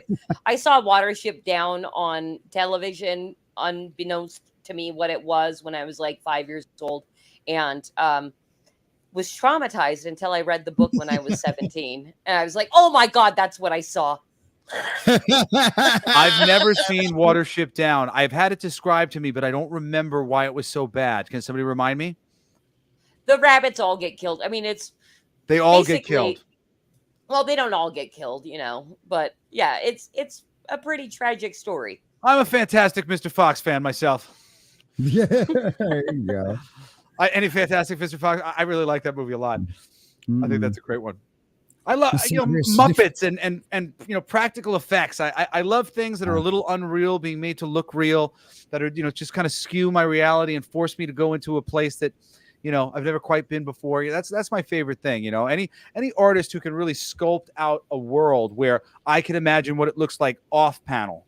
Like, those are the people who I just admire, Art Adams and Jeff Darrow and, friggin' Brian Bolin. There's some people who just, like, you see their work and it's just like, it literally creates a dimension that only they, are peering into. But now you can look into it as well, and you can imagine if Ed McGuinness would draw this character, or how it might be like, there's just so many cool things about that. The multiverse of different ways to approach your artistry is like the best part of the possibilities inherent, in life. There's so many ways for things to be expressed that are good. you know, and it's like, and people get hung up on it, like being worried that they're not going to be able to discover one of them. But, you know, when you really do it long enough, you just realize it's like there's just an endless flow of great new ideas. There's always a new way to think about it, because the old way to think about it begets a new way to think about it. And then once somebody thinks about it in a new way, now you can think about it a new way from the new way that they thought about it. And it's just this perpetual dance of the consciousness that is so fun to do when you're dealing with really smart people who are lovingly, passionately honoring the various ideas that are being introduced in any of these universes. I just love this medium, and it's the best place to be for really rich storytelling when it's done right. Yeah. If Gary Gygax was indeed died in the wool sexist, he would not have hired Lorraine Williams, and he would not have been stabbed in the back. So we were going. I don't know if you keep up with D&D at all, or any of the kind of stuff that's been going on. I used to play D&D. I'm more of a Rifts guy. I'm a Palladium books dude. There you go. I want to do work with them in the future and help them get out of this fucking slump that they've been. I think their company's really great. I like Kevin Simbadi a lot. But I used to play D&D too. I don't like the system quite as much, and I was less into just like straight sword and sorcery fantasy shit. But right. Gygax, he was one of the guys. Isn't there like 2 guys who created D&D? Yeah, so that was one of the things that came up, because I do the morning show 11 a.m. where I cover like all the pop culture, nerd, and gaming news. And one of the things that has come up, remember we were talking earlier about how the people that are currently in charge of things don't respect who came before them, right? Yeah. They had a 50th anniversary edition, a re-release of the original D&D book, right? The original Dungeons and Dragons handbook and all that kind of stuff. Yeah.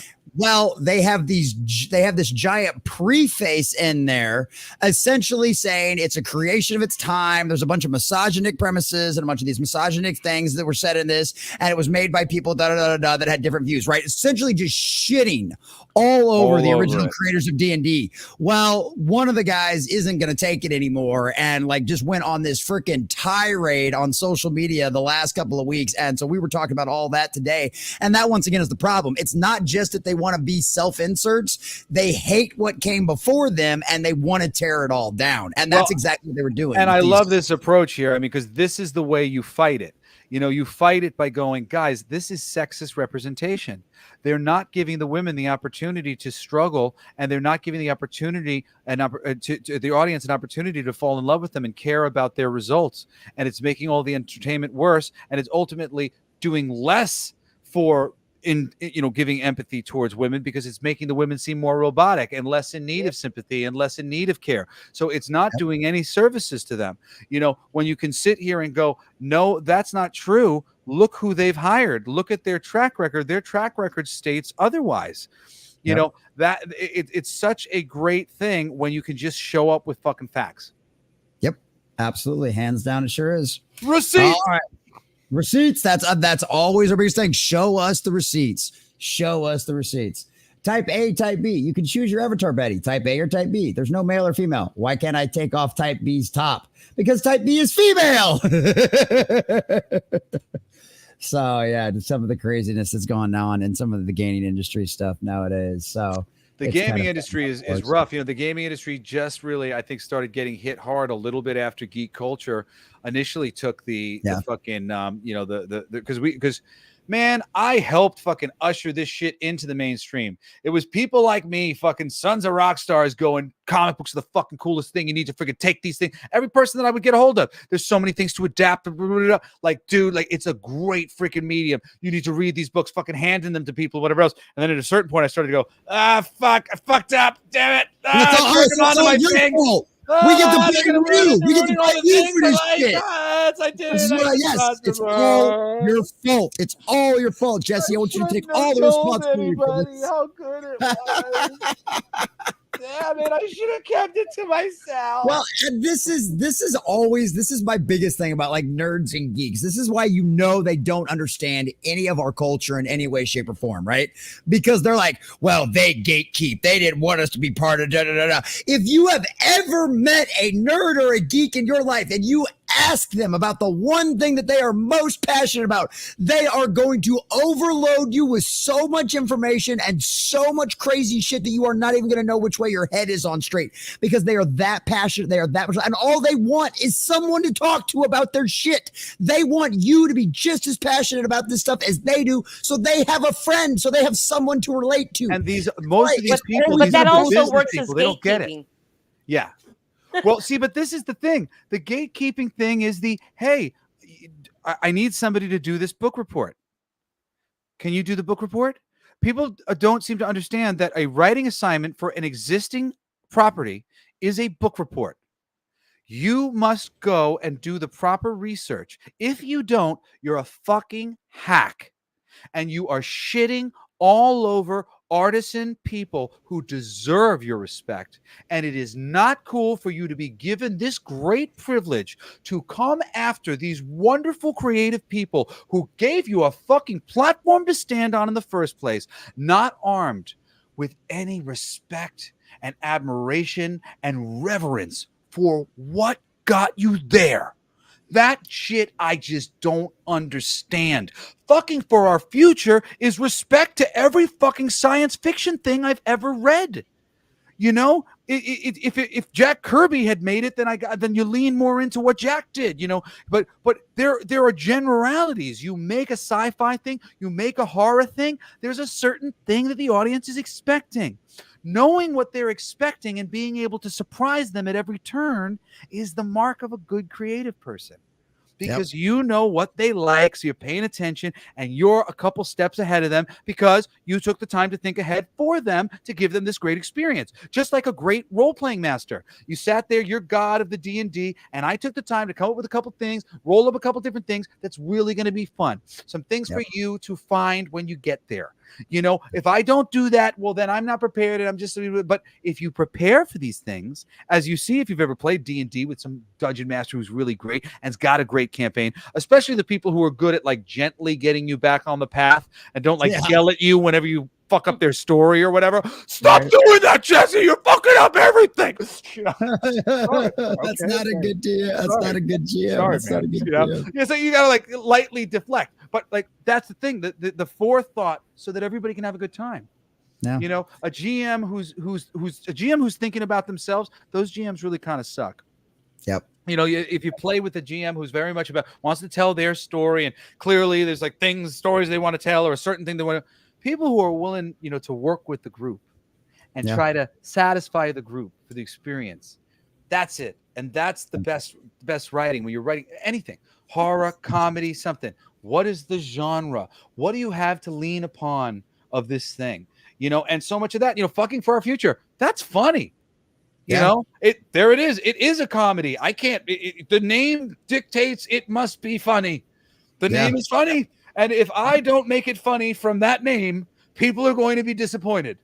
But the funnier it gets from that, the more they're going to be like, I knew it was going to be funny. The more I'm just playing the thing.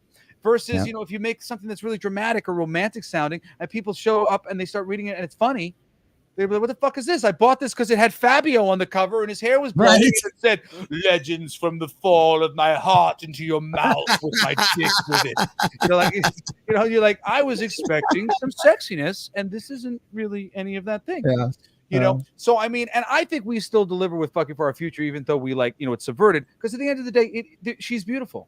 It's beautiful. There's beautiful nudity, and we're advertising nudity. There is nudity in the book. You know, the story is a lot deeper than that, but you know, but honoring a science fiction idea of the approach of everything, you know, things with the robots and little things that it's all coming from watching fucking episodes of Star Trek and watching every single episode of every post-apocalyptic vision of the future that I've ever seen, and playing role-playing games and being a cyborg, and you know, thinking about all these things in really visceral ways, because you know, I was having fun just imagining the different ways that it could be. And when somebody takes that kind of approach to making things, dude, like, you want to make the world love you, make things like that, you know, make things in a way where your people are just so glad to have the thing. You know, it doesn't have to have your name all over it. They'll find out your name because they fucking love the thing so much. I don't know who William Goldman is because I caught it on the scroll when I watched The Princess Bride. I know who William Goldman is because that movie fucking blew my mind. And then I went, I'm going to fucking watch every movie that he's ever made. And then I found out that he wrote novels, and there was a novel version of The Princess Bride. And I fucking went out and bought as many of his novels as I could. And I read The Marathon Man, and that's a fucking great book. And I read Brothers, the sequel to that book. And I read this fucking weird ass horror book with freaking puppets that he made called Magic and all these other things, because he was a great writer and he wrote books on writing. And I went out and I bought those books on writing, printing out his screenplays for Butch Cassidy and the Sundance Kid and Marathon Man, and saw that he was somebody who was adapting other writers and he was honoring the quality of their story. There was a reason why people wanted to make this into a movie, and he fucking brought out the things that were good in the freaking book, and he put it in the script. And those novelists wanted him to adapt his work. He's the one who adapts so many of Stephen King's works because Stephen King trusts him to read the book and honor the intentions of the author. You know, fucking reading, like, if something is great, nobody has to tell you who made it. The person who loves it will fucking figure it out. I figured out who Jim Henson was very quickly, and I found every fucking thing he ever did, down to short films that he made and all sorts of shit. Just do great shit, and people will find out who the fuck you are, and they'll be so glad that you exist. You know, and that's it. That's all I want to do is I just want to do great shit. And when people find it, they go, oh man, I'm so glad that Jesse's out there doing great shit.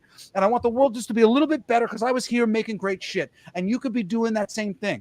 And the moment you start trying to overthink and put yourself into it too much and make it about your personal crying on a fucking tree, it's not about that. It's about lessening everybody's pain. This place sucks. You know, there is no gravity. The earth sucks.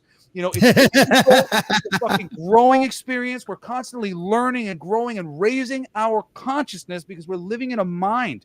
And mostly we're just torturing ourselves all the time. But great fiction, great science fiction, it relieves pain.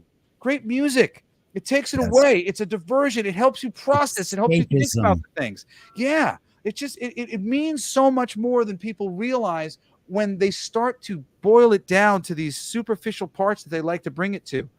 But it really just comes down to connecting with people and making other people feel not alone.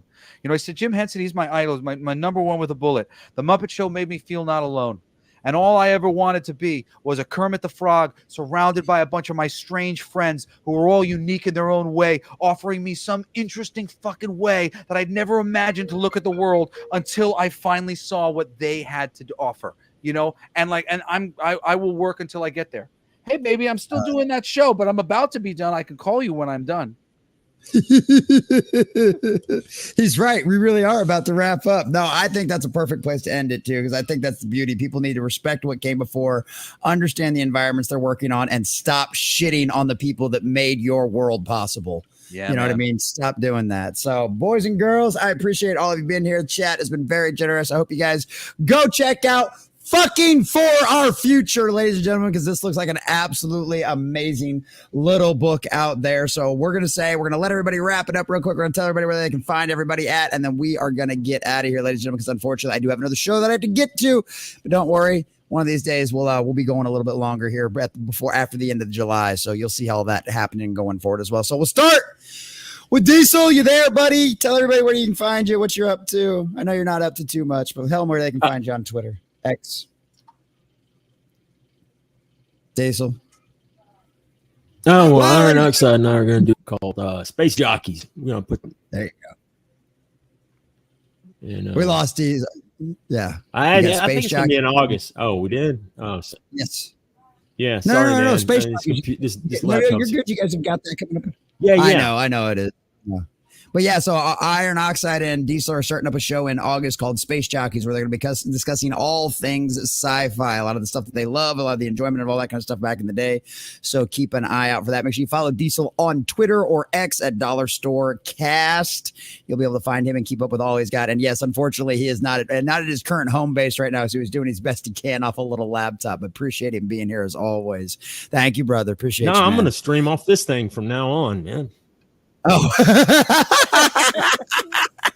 dear God! I can't wait to see what that'll make me. Another time dimension. Yeah, there you go. Exactly what it is. Well, speaking of another time dimension, Christy, Flip City Magazine, my dear, you do things. What are you up to? Well, yeah, I do a few things. So, Flip City Magazine is our number one thing that we do. We are coming out with a new sampler magazine to make you love us because you really, really should. Because we make you laugh. So, go to flipcitymag.com. Within the next couple of days, we'll have our new sampler out.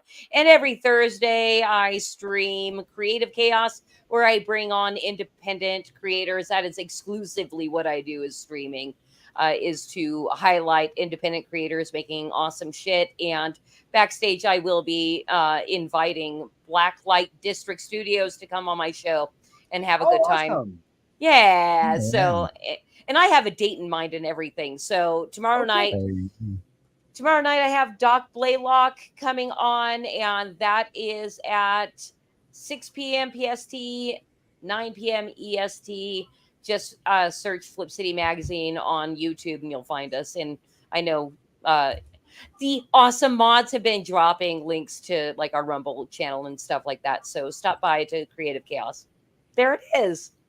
Yeah, hell yeah. Yeah, definitely go check that out. That stuff is a good time. And yeah, that should be fun.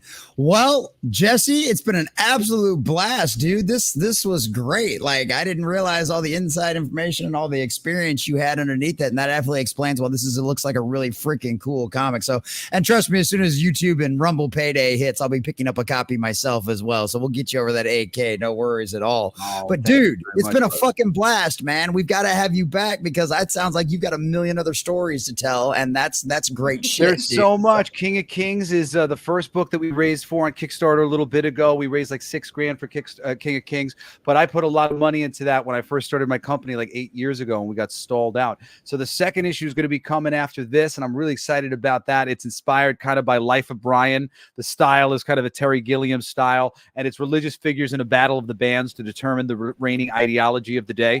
So I love that. Yeah, and Jesus is the heel character. If you send me your email, I'll send you the PDF of the book. You'll really like it. And Scientology are like the bad guys come from behind. And basically, it's revenge on Catholicism for the Northern Crusades. So it's like Odin, just like, you pissed in my eye, Jesus, and God stabbed me in the back, and I'm back. It's a little bit of wrestling and a little bit of American Idol. It's pretty funny. So the second book, that's going to be the next one. So I mean, like, really, me getting over the top, if I can make 50K, if I can get to 100, which is where I want to fucking be by the end of this, and I'm not giving up on that dream, is I can afford to do more ads for the stuff that I've made. Like, I've produced a shitload of great stuff to promote the King of Kings book. I have a video of my father dressed as Odin wooing like he's a fucking WWE wrestler. Ric Flair woos and shit. I wrote him like this perfect little wrestling thing about Jesus. One of these days at KOK, Jesus, and he's doing the Odin thing, and then me as Jesus in a thing going, "Fuck you, Odin," and you're the fucking, it's really fun shit. And like, I need to be able to pay to get those ads out and like, get people to see that stuff and get this world going and all that stuff. It just takes fucking money, man. It's like if a tree falls in the forest and nobody's there to see it, it doesn't make a sound. So seriously, if there's anything you guys can do to help us, help us on the higher levels. There's some producer credit levels and some executive producer credit. You can be drawn in the book if you're willing to pay $6,969.69. And that 69 cents is important to me. And you get to be the president of Glon. That's it. You're drawn into the book specifically as the president of Glon for all time. You will be the last male president of Glon before the whole civilization fell apart. For all time, your name, your face, you are the president of Glon. $6,969.69. And just because it doesn't let me list the 69 cents, you better give me that 69 cents. Give me that 60. I want that 69 cents, you son of a gun. But there really are, like, it's a good cause, man, and I will treat you like fucking royalty at our company for the rest of your damn life if you get in there and start really helping us with some of these fundraising levels, which is, really just for fucking cred, man, because we need the help. The faster we can get the money that we need, it's not going into Jesse buying a bunch of jewelry for himself. It's me going into fucking being able to establish this thing that I want to fucking do, that I've been trying to do for years and years. And I just feel like I've been just constantly distracted and derailed doing things that I don't really want to do as much. This is the thing I trained myself to do and be really good at. And I want to fucking do this. I know and you're spreading it around.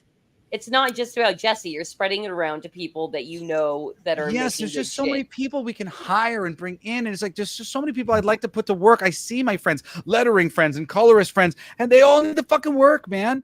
You know, they're not getting paid very well by these companies, and generally speaking, you know, I always try to pay people good, you know, when we can, or at least incentivize them in other ways, and you know, try to. There's always a way to do something reasonably so that everybody can freaking benefit, and you know, and I just believe where there's a will, there's a way, and if you really like care about people, you can always figure it out. So, you know, try not to be shy. You know, I saw some people talking about ideas they had in the chat, and you know, but it's like if you got a good idea and you are passionate about it being interesting, like if you really feel like, oh yeah, you know, there's something interesting about it. I promise you that vibration is in mankind somewhere, and there will be other people who also feel that way. Go execute it with love.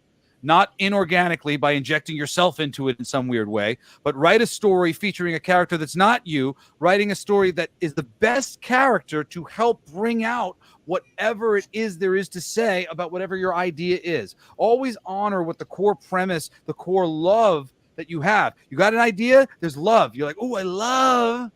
Now everything else has to continue to build on that little love. That little love, and if you could turn that into just a beautiful spider web from there, from the little kernel of love that you had, and everything else is more of that same kind of love, done.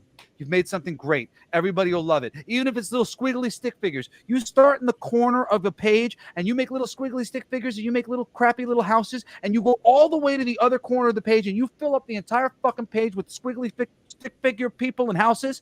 You will have made art because it will be consistent, and consistency is really what everybody's looking for, which is why you need to build things organically, because otherwise it won't seem consistent. And when things don't seem consistent, people can't fall into the world because it's not organic, it's not natural, it doesn't feel right to them. So that's the trick. The trick is make it as natural as possible and follow your love, especially the initial spark, the initial inspiration. The more you honor that, better you'll be every time.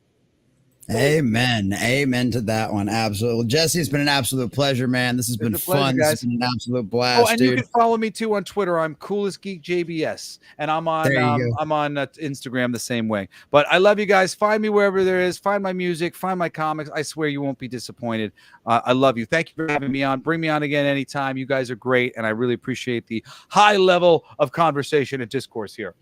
Dude, this was great. Yeah, this was an absolute blast. So you guys have been amazing out there in the chat. Nightwing, Jim Bone, freaking Flattiest Assfire, of course, and Vac and everybody else that did the donations tonight. Parathis, you guys have been fucking amazing. This has been great. You guys know where to find me. I'll be live tomorrow at 11 a.m. for another edition of the Morning Prep. Here in about 15 minutes or so, I'll be over on the midweek hump. I can't remember who the guest is, but it is our third to the last show of the midweek hump. Midweek hump will be ending at the end of July, ladies and gentlemen. So come over there and hang out with us for the last few times and enjoy the last few great evenings that we are all going to spend together as a big old fun group. If you haven't already, make sure you go subscribe to the new Common Nerds YouTube channel. Go check that out. We're almost 800 subscribers. Same thing over on Rumble. We're almost 800 followers over there. I think we're like 10 away on Rumble. So that's pretty fucking dope. So go check that stuff out. We got a bunch of content that we're putting out. Got more stuff coming out tomorrow that's already scheduled and ready to go, and got more stuff I need to edit. So we are going full bore, ladies and gentlemen. We are back at it, cranking out content, trying to get this channel to grow up there so we can highlight more people like Jesse and so many other greats out there and build that parallel economy and create that competition that will give us excellence back into all of our geek and nerd spheres, ladies and gentlemen. And that's at the end of the day, all we really want, good stories again. So thank you all so very much for being here. This is Jesse with the Common Nerd. I bring you pop culture and all things ready through a common sense lens. God bless. I love you all. Enjoy the credits, and we'll see you guys later.